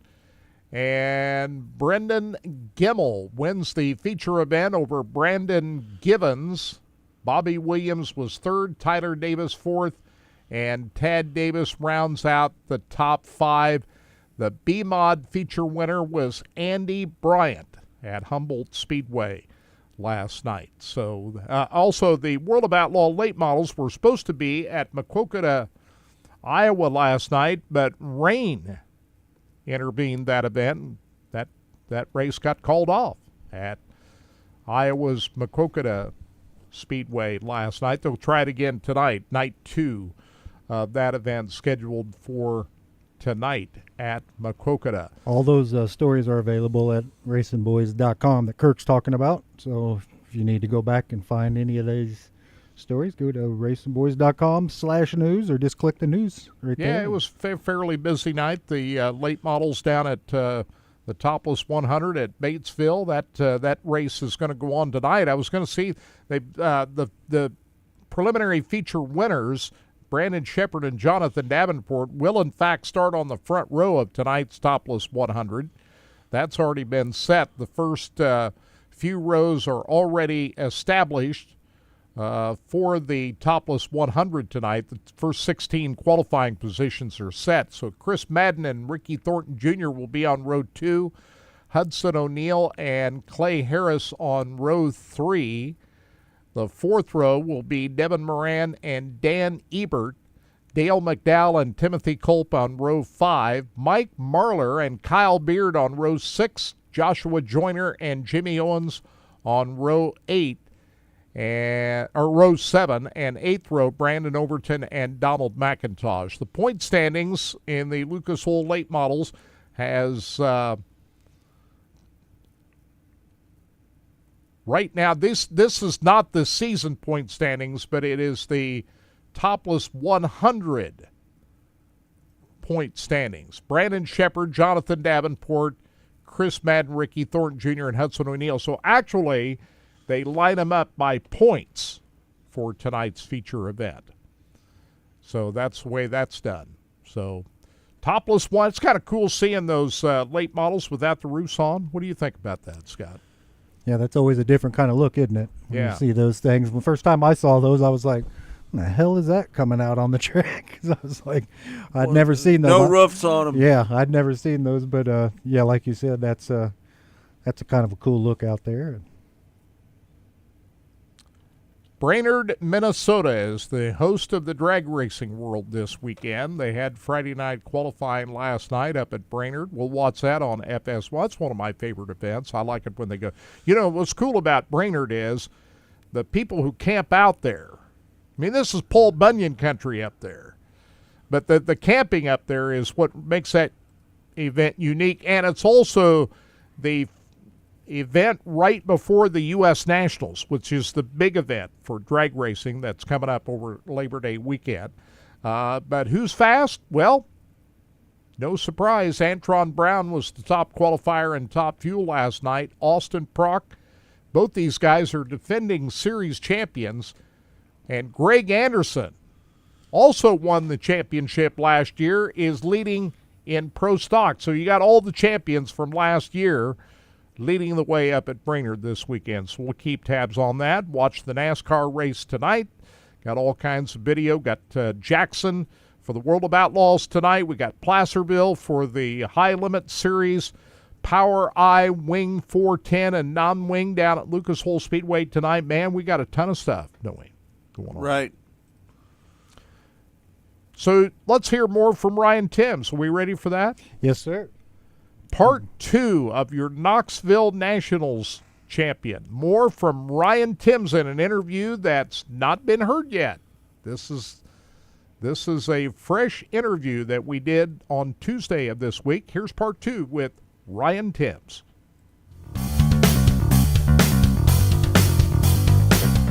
Well, this hasn't been a really smooth ride to get to where you are. You had your ups and downs along the way, and talking with Shane up there the other night, you went through some struggles just a little bit to get to where you are right now, didn't you?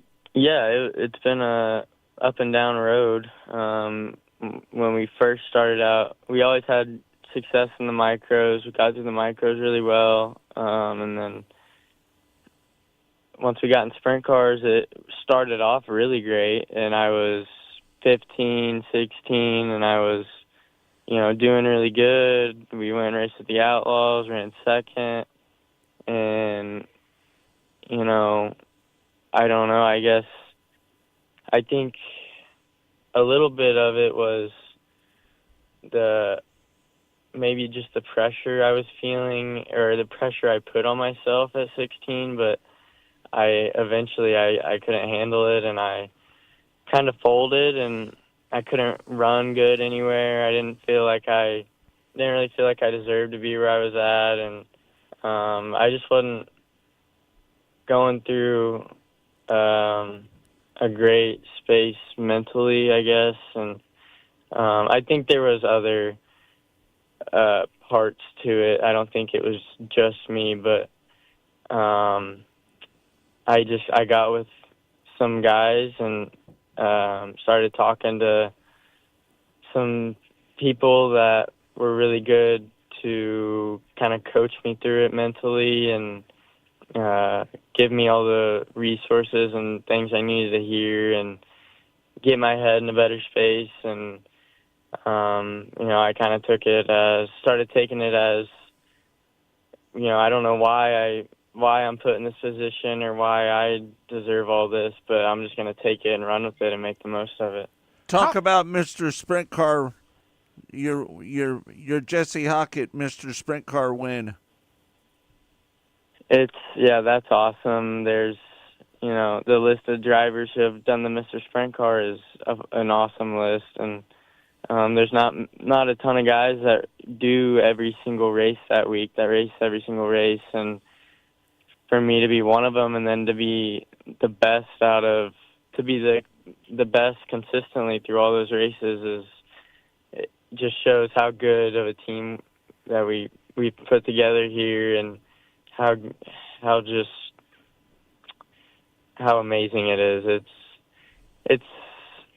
I couldn't have asked for a better week, honestly. If I could redo it, it couldn't have went any better, I don't think. And no, the Mr. Sprint Car deal, it's awesome. Hey, let's talk about Saturday night's A-Main. You look like you were really consistent running the bottom of 1 and 2 and high in 3 and 4. Was that the game plan going in, or was that just what the conditions presented itself to you? It was kind of the game plan a little bit. We expected the bottom to be the way it was in 1 and 2, but we also expected the bottom to be much better than it was in 3 and 4. And so, we went green, and I got through 1 and 2. I seen how it was, and I was thinking, this is perfect. This is exactly what I want. And then I ran the bottom in 3 and 4 on that first lap, and I realized that's not exactly what I wanted. So I just moved straight back up to the top in 3 and 4, and I think that was a really good decision there. And I think if I would have stayed on the bottom for too long down there, then Carson or someone might have got by me, and who knows if we would have won. But no, we just we had a game plan, but I went out there and looked how the track was reworked, and after being able to watch so many races on it every night before that, I had a good idea of where I needed to be and what I needed to do, and we just put everything together and put ourselves in the right position, and I made the right decisions. You had a couple of close calls out there. You and Spencer Based in that 14, you guys made contact there in the first part of the race. Talk about that. Yeah, I went to, I wasn't sure how big of a lead I had. I wasn't looking up at the board, and I just assumed it's, I got killers behind me, and I just assumed that I'm in lap traffic. That's where guys get caught leading races, is lap traffic, and I knew I had to go. I went to go slide Baston. I hit the bottom really good, and then I kind of missed it a little bit and got stuck in the slick. And at that point, it was either, really the only option was to either hang myself in the middle of the track or slide up to the top and get into Baston. And I knew if I would have hung myself in the middle of the track, I would have lost probably a second there. And I didn't know how close anyone was, and the only option in my eyes at that point was to slide up, and I knew he was going to see me enough to be able to lift, and I figured he was probably going to lift. He's a guy that would understand. You're leading the Knoxville Nationals. You got to go in lap traffic, and I made a little mistake, but he got out of it and didn't wreck his race car, so I was glad to see that. And you're leading the Knoxville Nationals. I think anyone would run into a lap car if they had to keep their lead. Right. What were you thinking on that last restart? This isn't any ordinary race, or did you try to treat it like it's just an ordinary race? No, I really did. I treated it like it was an ordinary race. I think that was the only possible way to get through 4 laps of the remainder of the Knoxville Nationals. That's such a big. So there's so much pressure behind 4 open laps. You're 4 laps away from winning the Knoxville Nationals. It was the biggest kind of, I don't know if you'd call it a reality check or what, but it was just such a surreal moment. And I don't know, you kind of have to fake a scenario in your head that it's just a weekly show and there's no one behind you. There's no hitters behind you, at least, and there was, obviously. So it was a lot of pressure, but I guess just running so many good laps before that gave me the confidence to run 4 more. Well, with the stakes that high, you were able to deliver the goods when it mattered the most. So that's what everybody's going to remember. There was one other close call. I think when Buddy Kofoid got up into the loose step, there was an incident there. That happened right in front of you, did it not? Yeah, it did. Honestly, if that would have happened probably 1 lap later, 1 lap or even half a lap later, I probably would have got into it. He wrecked and the caution came out, and I pitched it sideways because I wasn't sure where the wreck was, and I seen him sitting there, and luckily I reacted the correct way and was able to get by him. But I think that's kind of just, I've been in situations where guys do wreck in front of you and you get involved and then your night's done. So I think it was really just meant to be. How cool is that Kyle Larson came up and greeted you there when you're still on the scales down there? You had other drivers come out. We saw Brian Brown down there. He looked as happy as I've ever seen Brian. When he shouldn't be happy at all after his week, but he'd come down there and help celebrate with you. What is it about some of these guys that came down to greet you in Victory Lane? Yeah, Brian Brown, he's great. We race with him every week, and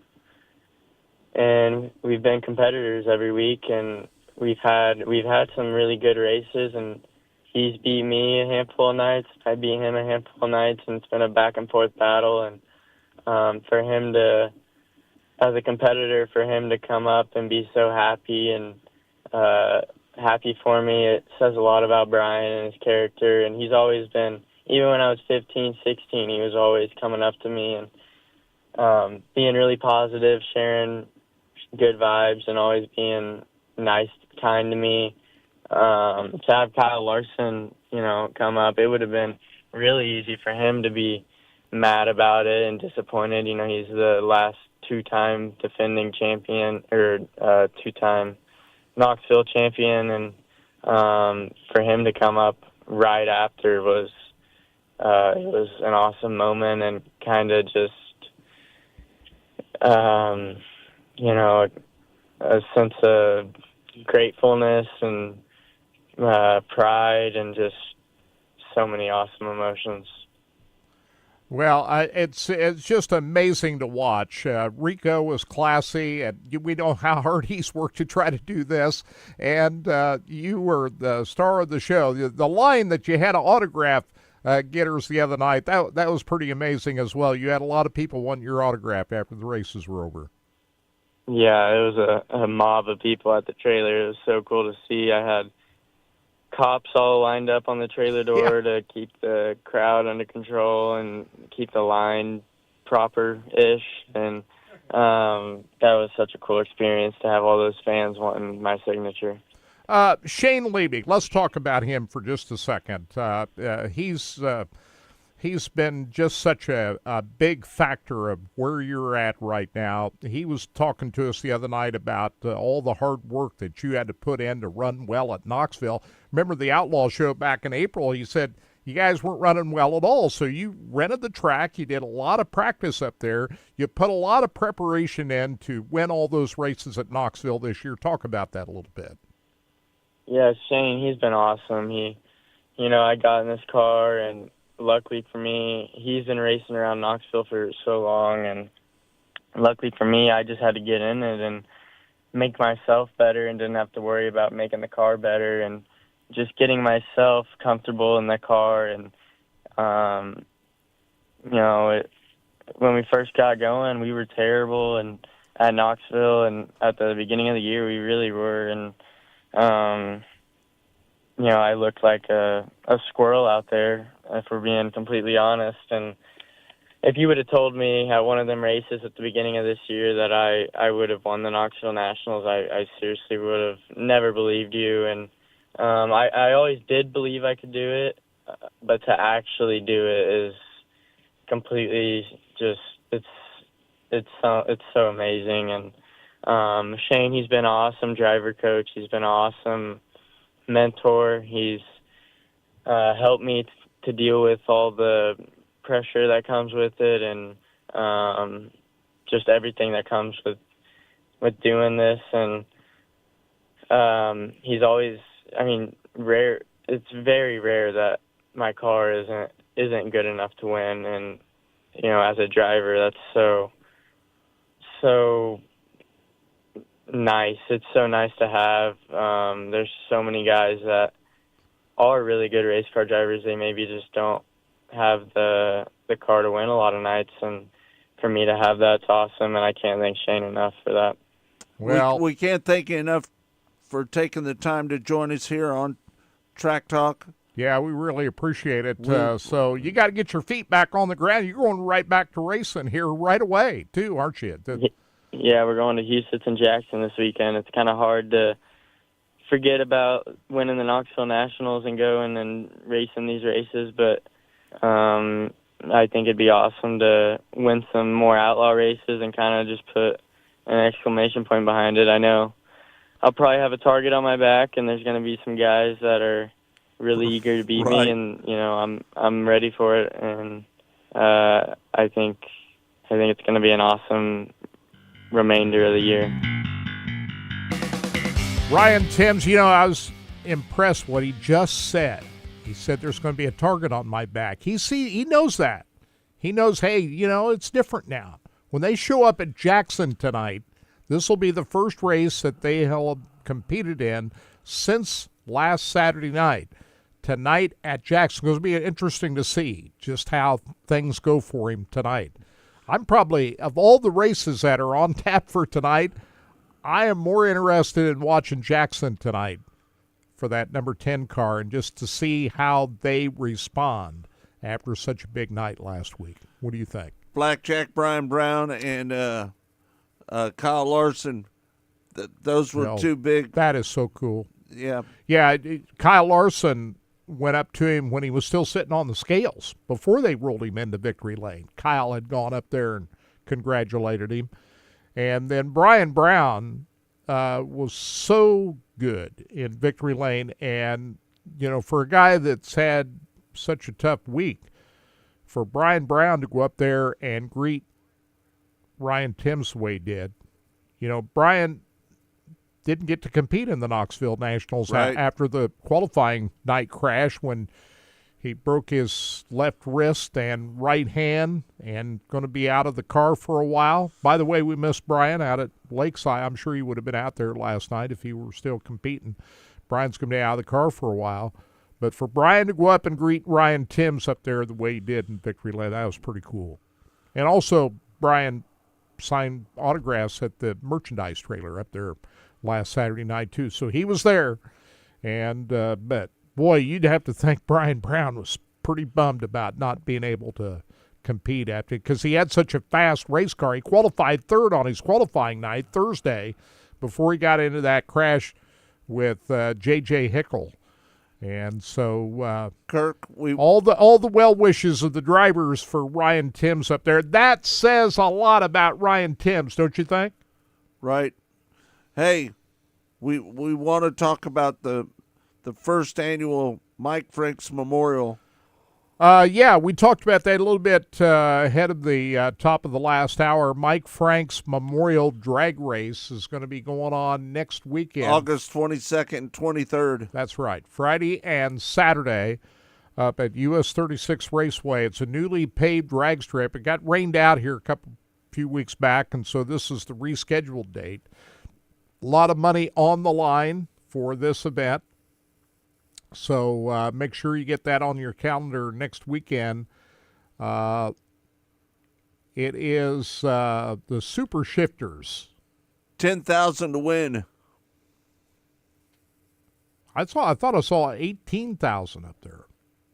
Whatever, 149 cars checked in. And it's going to be a lot of spectators up there for this event. So check it out. Next Friday and Saturday, US 36 Raceway. That is in Osborne, Missouri. If you know where the dirt track is, that's where the drag strip is. Up near about an hour north of Kansas City. Check it out. National Sprint Car Hall of Fame and Museum, they're going to be drawn for the Corvette on Monday at 10 a.m.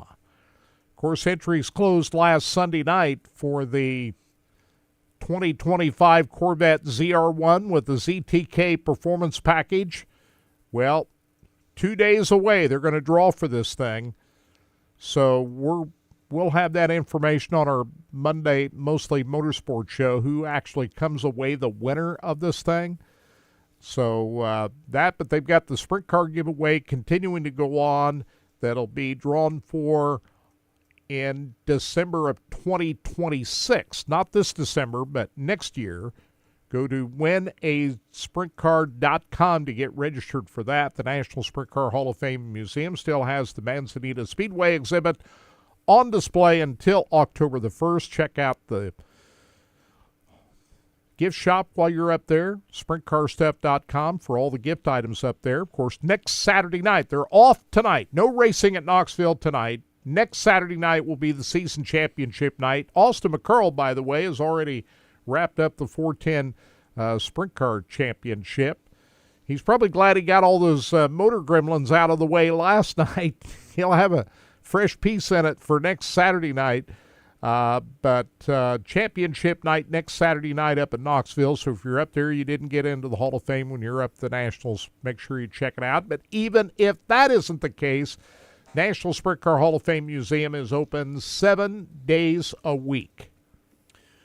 John Lee got some good pictures of Samuel Wagner.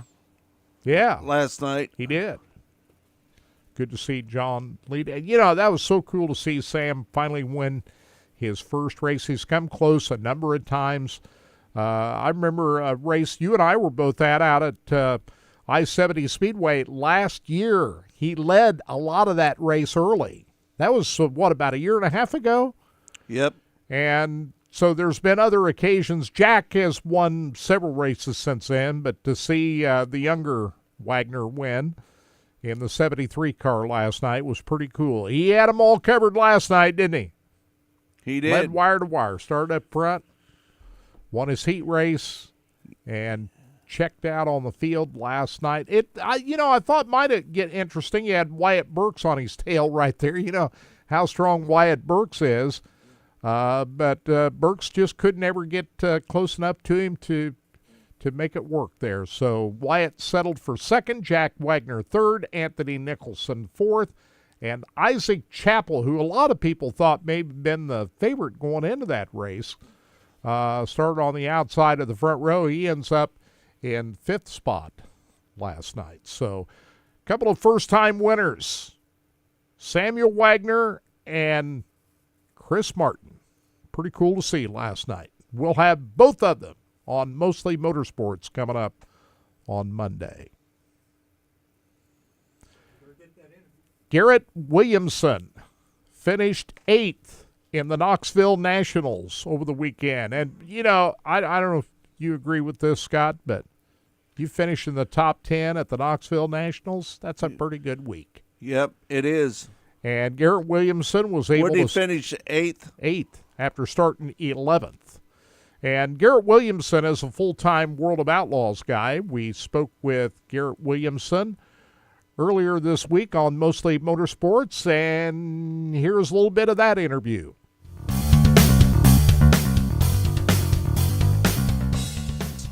Joining us now on the show is Garrett Williamson. Garrett, how you doing? Good, how are you? Hey, doing great. But you had a good Nationals, didn't you? 8th place finish, pretty solid. Thank you, sir. Yeah, really good Nationals for us. It all started off on the qualifying night where you qualified 15th. You made the all-important transfer out of the heat race, started 4th and finished 4th, and then 11th place start on Saturday night. Just kind of go through, first of all, the qualifying night, making that transfer out of the heat race. That's a big deal, wasn't it? Yeah, we hit the invert kind of, and ideally to me the sweet spot starting 6th, and actually it started off rough. We broke a steering gear lap 1, and I spun out, and thank goodness we ended up having a yellow for a jump start. It kind of saved us and kind of figured out what had broken and what I needed to do. We had broke one I broke one years past and kind of just limited my steering in a way, like just didn't have full radius of the wheel, and knew I had to kind of commit to running the bottom, just patient and slow and straight. And that's, thankfully we, our car was really good down there and went 6th to 4th, and we were still really fast, I felt like. And yeah, started 4th in the A main and ended up running 4th. We were really good late and had a shot at Sheldon there for 3rd, just didn't work out. Talk about your race with Austin McCarl. That was a pretty good race between the two of you, wasn't it? Yeah, we went out, the last part of that A main on Saturday. We raced hard. Thankfully, I came out on top. But, yeah, again, same thing. We were really good there the last part of the A main on Saturday, too. I think we passed 4 cars in the last 4 or 5 laps. So, yeah, really good. Glad to end our week on a high note, running 8th. I think that's huge for our team. And, yeah, just really grateful for our guys. It started off as a rough week on Sunday at the Cappy. We got upside down and tore some stuff up, and our team busted their butts and worked hard, and we had a good bounce back. Boy, that wreck at the Cappy, that was a scary crash. Man, he just clipped you. There was nothing you could do about that, was there? Yeah, you can always go back and could have got myself out of the situation, but yeah, neither one of us, wanted to lift for the transfer spot there, and I was coming to checkered, and neither one gave an inch, and I just got the short end of the stick, and just a hard racing deal and tore some stuff up. But, yeah, the boys had a bullet ready already for our Nationals car, and we unloaded fast. Yeah, just how much damage was it to the race car after that crash at the Cappy? Just mainly bolt-on stuff. It got the frame just a little bit. Actually, I just came down to the shop today and helping tear that car apart, and, just got the frame just ever so slightly and some bolt-on stuff. But, yeah, definitely had worse wrecks. Well, to finish in the top 10 of the Nationals, that is that's a great finish. What changes did you make during the halfway break there when they came in for the Open Red? I just told Shaddy what I felt with the car the first half, and he did his thing with what he saw and what I said. So he did what he thought, and I think it ended up paying off. We were really good the second half, and the car was balanced. I was good, anywhere on the racetrack, top to bottom. I got the middle working late in 1 and 2. So, yeah, just I think a team effort there. We worked really good together, and he made the right calls. Chad is a really good crew chief, isn't he? Yeah, I'm glad to get to work together with him again. I'm doing the 410 stuff. After early in my career, I got to work with him. I made it a big point to try to get back together with him, and I want to keep him as long as we can stay together. I think that's kind of key in the sport, to just work with the same guys. You really learn each other. You learn the way you talk about the race car, and I think we're just showing that we're just going to keep getting better and better the longer we stay together. What surprised you the most about being out on the road with the World of Outlaws? That's a whole new ball game out there, isn't it? Yeah, it's just there's no laps off. Every lap we were racing with the best guys every night. So they're not there's no laps off with those guys. They don't make mistakes either. So everything you do is earned. There's no freebies. There's no handouts. And this weekend, you're going to be heading up to Minnesota. What is it, Ogilvie? And then we're at you're only at Jackson one night this weekend, right? Yep, just Jackson and Ogilvie. I don't know which one's first. I think Ogilvie might be. Yeah, I think Ogilvie on Friday and then Jackson on Saturday. So what do you take out of – I mean, really, obviously, anytime you finish in the top 10 of the Nationals, that's a pretty good week. It's so hard to win this thing. Just how difficult was it on Saturday to try to maneuver around all the – it could rain, it might not. They had to go early. The track conditions might have been just a little bit more difficult than you thought. Just what was your overall takeaway from Saturday night in terms of the track and just trying to manage through all of the uncertainty of everything that was going on? Waking up Saturday, looking at the weather, it didn't look good at all. And I was kind of, upset about it, if we weren't going to get it in or what was going to be the weekend or if it was going to really feel the same or, how it was all going to play out. But, thankfully Mother Nature opened up and gave us a shot to race and, ended up not even raining at all the whole night. So that was pretty cool. I'm glad everything got in and it was a normal Nationals. It would have been weird if it rained and we had to, try to make a rain out date or what it would have been because Sunday didn't look good either. But at the end of the day, everything worked out good and we had a good Nationals. And they allowed the haulers in the infield, which you never see at the Nationals. And I understand why they had to do that for safety reasons. Can you imagine the big rainstorm had come through and nobody had anywhere to go? Oh, my gosh, yeah. Yeah, if it would have been but no haulers in there, then it probably would have rained and everyone would have been – it would have been a mess. But I get why the rigs normally aren't allowed in there, but, man, it makes it so much easier for the teams. But, at the end of the day, it's the fans. That's why we're racing in the end of the day. So, next year I'm sure it'll be a normal year. We'll have the cars parked on small trailers, and everyone will be able to see. You raced on Wednesday night to qualify. That gave you a couple of days now to get ready for Saturday. What all did you do in the time between Wednesday and Saturday? Watch points very closely. We were kind of on the bubble. We were tied, or we were seventh. So, it would have taken a lot to probably get bumped. And, that was my first Nationals locking into. So I watched them and was kind of just nervous. I was a nervous wreck. I just want to know we locked in. That would have to clear the mind a little bit. And we ended up being fine. We were 11th. So end of the day, we were good. But, just on the verge of locking in, you just want to know it. And sitting there watching all day Thursday, it seemed like it took forever. Your team, just kind of talk about the guys that work on your race car and how you've been able to go through the 2025 season and the growth and just the process of everything that's gone on so far this year.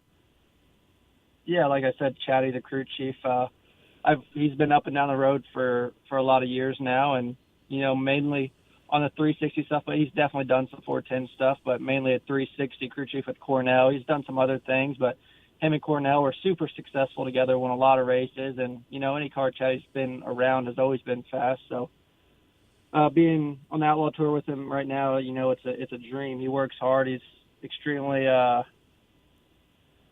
motivated to make our car faster and, you know, figuring out what works and what doesn't work for me. So it's been a blast doing that with him. And Peyton, he's our car chief. He's been on the road now for a little bit too, so he has some experience, and he's good. You know, we don't have things falling off our car, as you see, and having fun going up and down the road with him, and he's enjoying it. You know, the whole team's a good group of guys that get along great. And our tire guy Dakota, it's his first year on the road. He worked for Scotty Thiel last year. That was his real first year on the road, but I think, you know, running Outlaws is a lot different. So he's really young. He's 18, and he's just getting his feet wet almost. So that was his first nationals, and to lock in the first year for him, I think that's pretty cool. And yeah, like I said, man, we just all really get along well, and we have fun. We all enjoy each other's time. I think that's huge. You know, we spend so many nights up and down the road and sleeping in hotels, and it's, you know, we see these guys each and every day. So you got to get along, or it really just never works out. No one's ever in a good mood.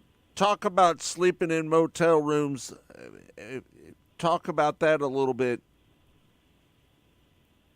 Yeah, everyone thinks our life is glamorous, which, yeah, we do. We get that. We have the best job in the world, but a lot of people don't see the 4, 5, 6 day stretches in the same hotel, looking at the same 4 walls, and not much to do. You sit there and you almost go crazy sometimes, especially weather's bad. You know, right. You are cooped up there, but yeah, it's a grind. Sometimes you get stuck in a town. There's nothing to do. There's one restaurant, or, you know, yeah.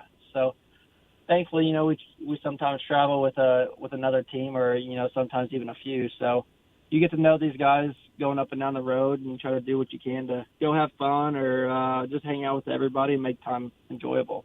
It's a whole different lifestyle for sure out on the World of Outlaws, or the High Limit be the same thing compared to what you'd been doing. How much time do you spend watching back your races on video? All these races are on live video now.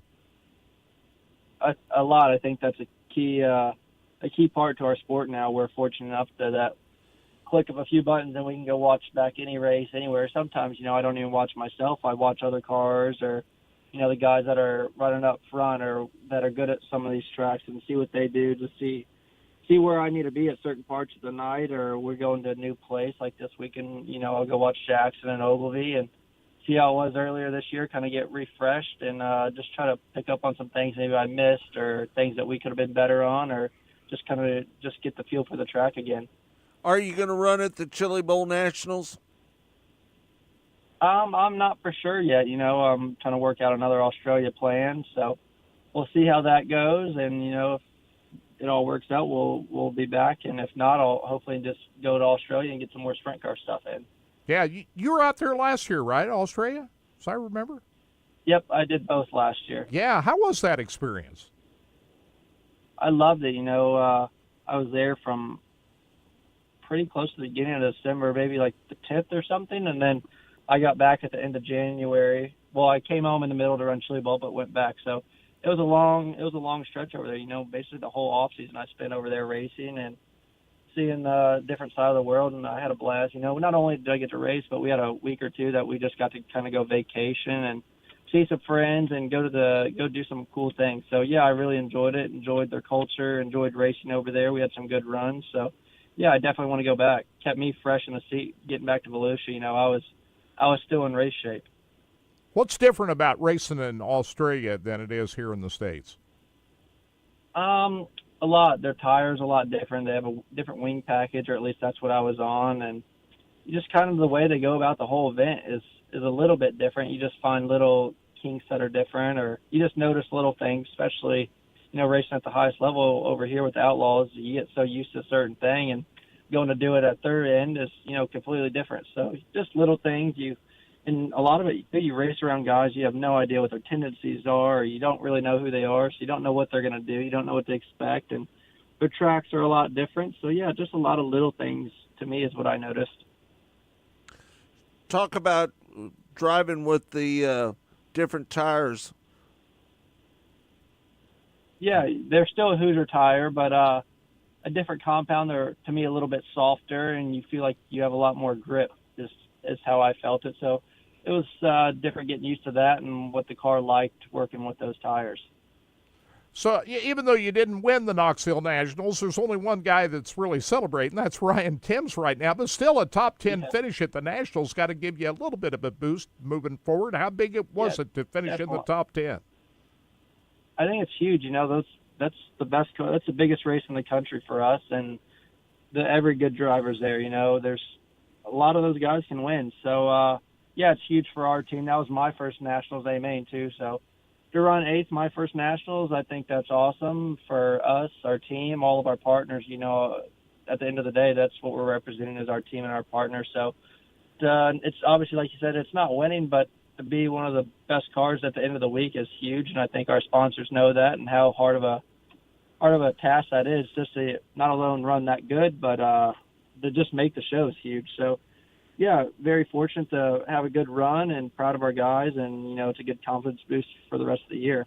The 64th annual Knoxville Nationals is one of the biggest races of the year.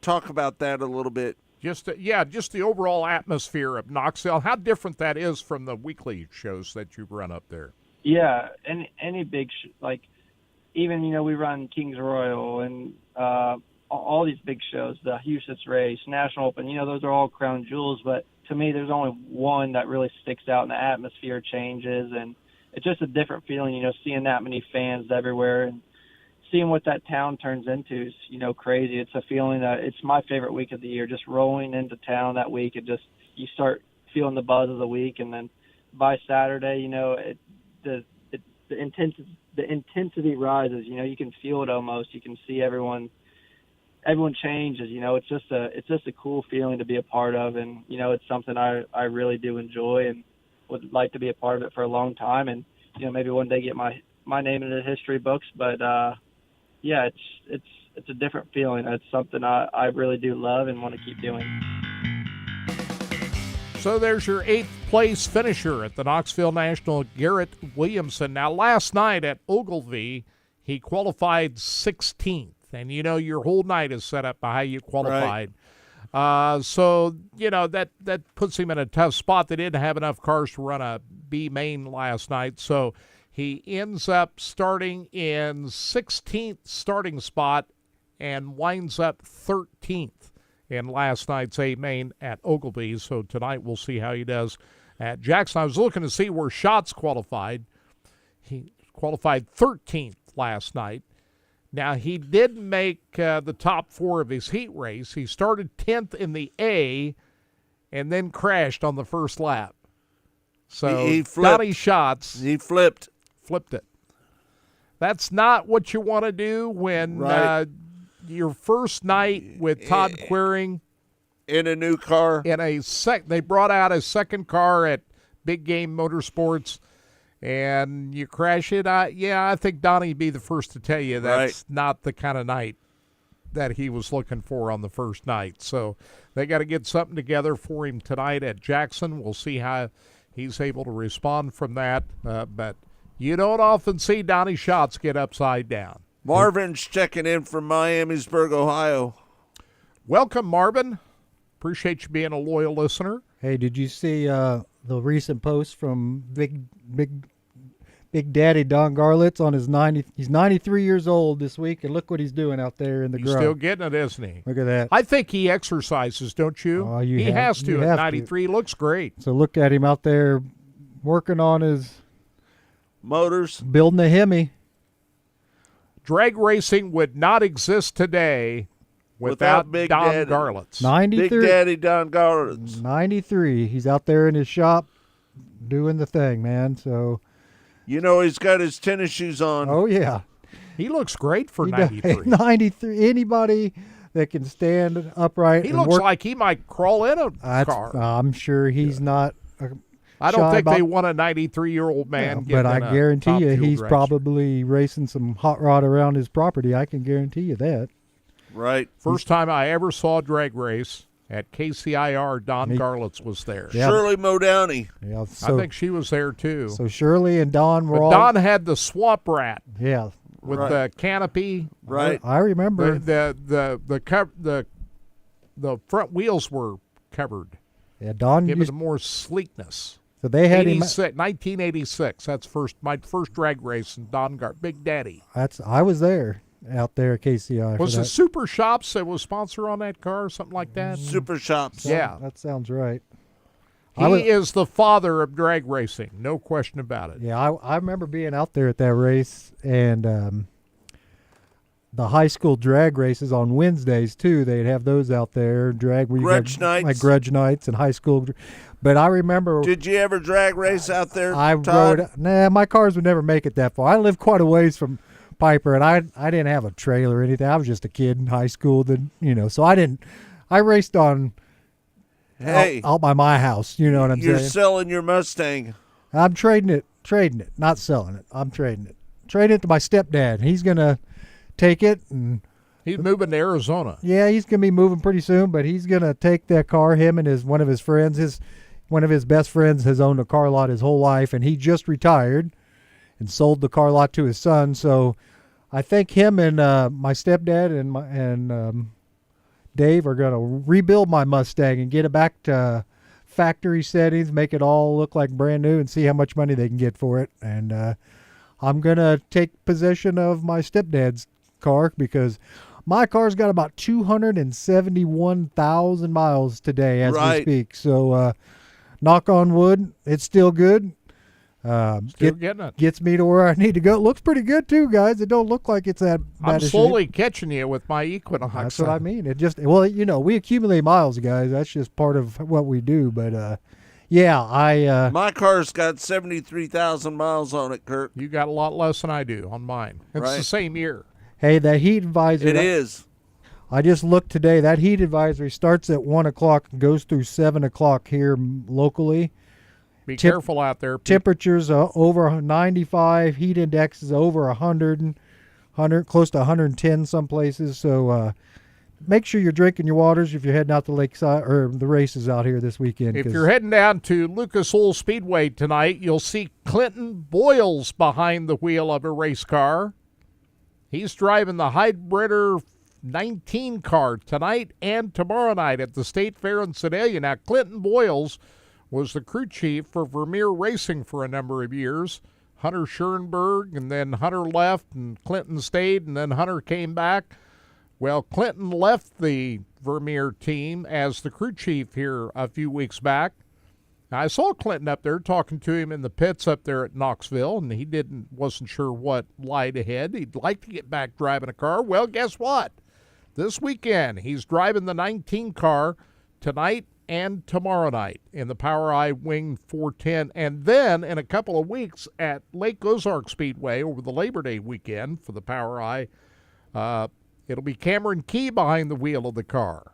So keep it in the family there. Cameron Key will be driving that car. So Kevin Thomas Jr. had been driving that 19 car, but I think it looks like KTJ is going to focus on his non-wing stuff. By the way, in a couple of weeks, the USAC non-wing sprint cars are going to be at Lucas Oil Speedway. That's on Saturday, September the 6th. I'm going to be down there for that, Scott. We're going to be there for that event. The USAC non-wing sprint cars at Lucas Oil Speedway. Been a while for those guys down there, hasn't it? Right. So a lot of good races coming up over the next few weeks. I was going to mention some of the big winners in sprint car racing here. Last night, we see Danny Dietrich swept the doubles at Selinsgrove Speedway last night. Cody Hartlaub won at Williams Grove Speedway. Cap Henry, the winner at Attica Raceway Park last night. So congratulations to all of those winners in sprint car racing around the country last night. I was looking down through here for some of the, see if we might missed anybody. Of course, we talked about Carson Macedo winning the World of Outlaws and Corey Day winning the High Limit races last night. And here locally, we've talked about it all show long. Chris Martin in the Wing 410 Outlaw Sprint Cars for the POWRi, and Samuel Wagner in the non-wing War MWRA Sprint Cars. Right. Both of those guys will be on Mostly Motorsports coming up on Monday. So looking forward to that. Ken's headed to Kokomo on Tuesday. Really? Kokomo. Kokomo. That's a track I'd like to get to. I've never been to Kokomo Speedway. Have you? The Sprint Car Smackdown is coming up soon. That's one of the big non-wing sprint car events. Kokomo Speedway, Fairbury Speedway in Illinois, Port Royal Speedway. Those are my 3 big tracks I'd like to get to sometime in my old age. Just have to make it happen, right? Yep. That's how that works. Hey, there was an incident at Batesville last night in the semi-main. Garrett Alberson and Cade Dillard were swapping slide jobs in the semi-main last night, and things went bad. A multi-car pileup. According to Kyle McFadden of DirtOnDirt.com, the 2 unrelenting drivers vying for the same real estate came together in dramatic fashion to trigger a multi-car backstretch pileup at the 3/8 mile oval on that lap 8 restart when Albertson slid into the lead in turn 2. Dillard just never let off, and their cars both rose off the racing surface. Albertson's number 58 nearly getting upside down, and Dillard's car doing a wild wheelie before both crashed to earth. Albertson sustaining the brunt of the carnage and collected a number of ensuing competitors. Here's a great quote from Cade Dillard last night. According to Cade Dillard, there's been so many nights my car owner tells me, it's time to stand up. He gives me a little chewing, and I'll go on. And those just happen over and over. And like I said, I warned Alberson at Cedar Lake, if you do anything stupid, there would be the consequences. Well, he messed up around and found out there. Quote, Cade Dillard. All right. That's from Dirt on Dirt, Kyle McFadden last night. Track Talk is brought to you by Rod End Supply, featuring the POWRi Midwest Lightning Sprints. We can't thank you enough for tuning in to Track Talk. We appreciate each and every one of you that do so. Todd, thanks for all you do, man. Thank you, guys. Appreciate it. We're all going to stay cool today, I think, right? Try to stay cool. Monday, do a little Mostly Motorsports. Hey. And then the rest of the week, we'll be chilling. Maybe I'll go down to Wheatland. I'll tell you where I'd go if I were you. Where? Go out here to Valley Speedway, watch them POWRi Midwest Lightning Sprints, see who wins the King of Kansas City out there, close to home. Bob might be out there, too. Say hi to Bob. Right. Yeah. Well, I'm thinking about going down to Wheatland. Well, if you do, drive careful. Be careful out there. I think I'll get a motel room. Okay. That'd be the thing to do. You're the kind of guy that likes to drive late into the night. I like to get a room down there at the Clearlight Hotel. Better call ahead and see if they got a room. Right. I don't know. This time of the year, it's hard to get a hotel room, isn't it? Thanks for everybody for tuning in to Track Talk. We appreciate each and every one of you for doing so. For Todd Surprise, for Kirk Elliott, I'm Scott Traylor saying thanks for joining us. We'll see you next week here on Track Talk.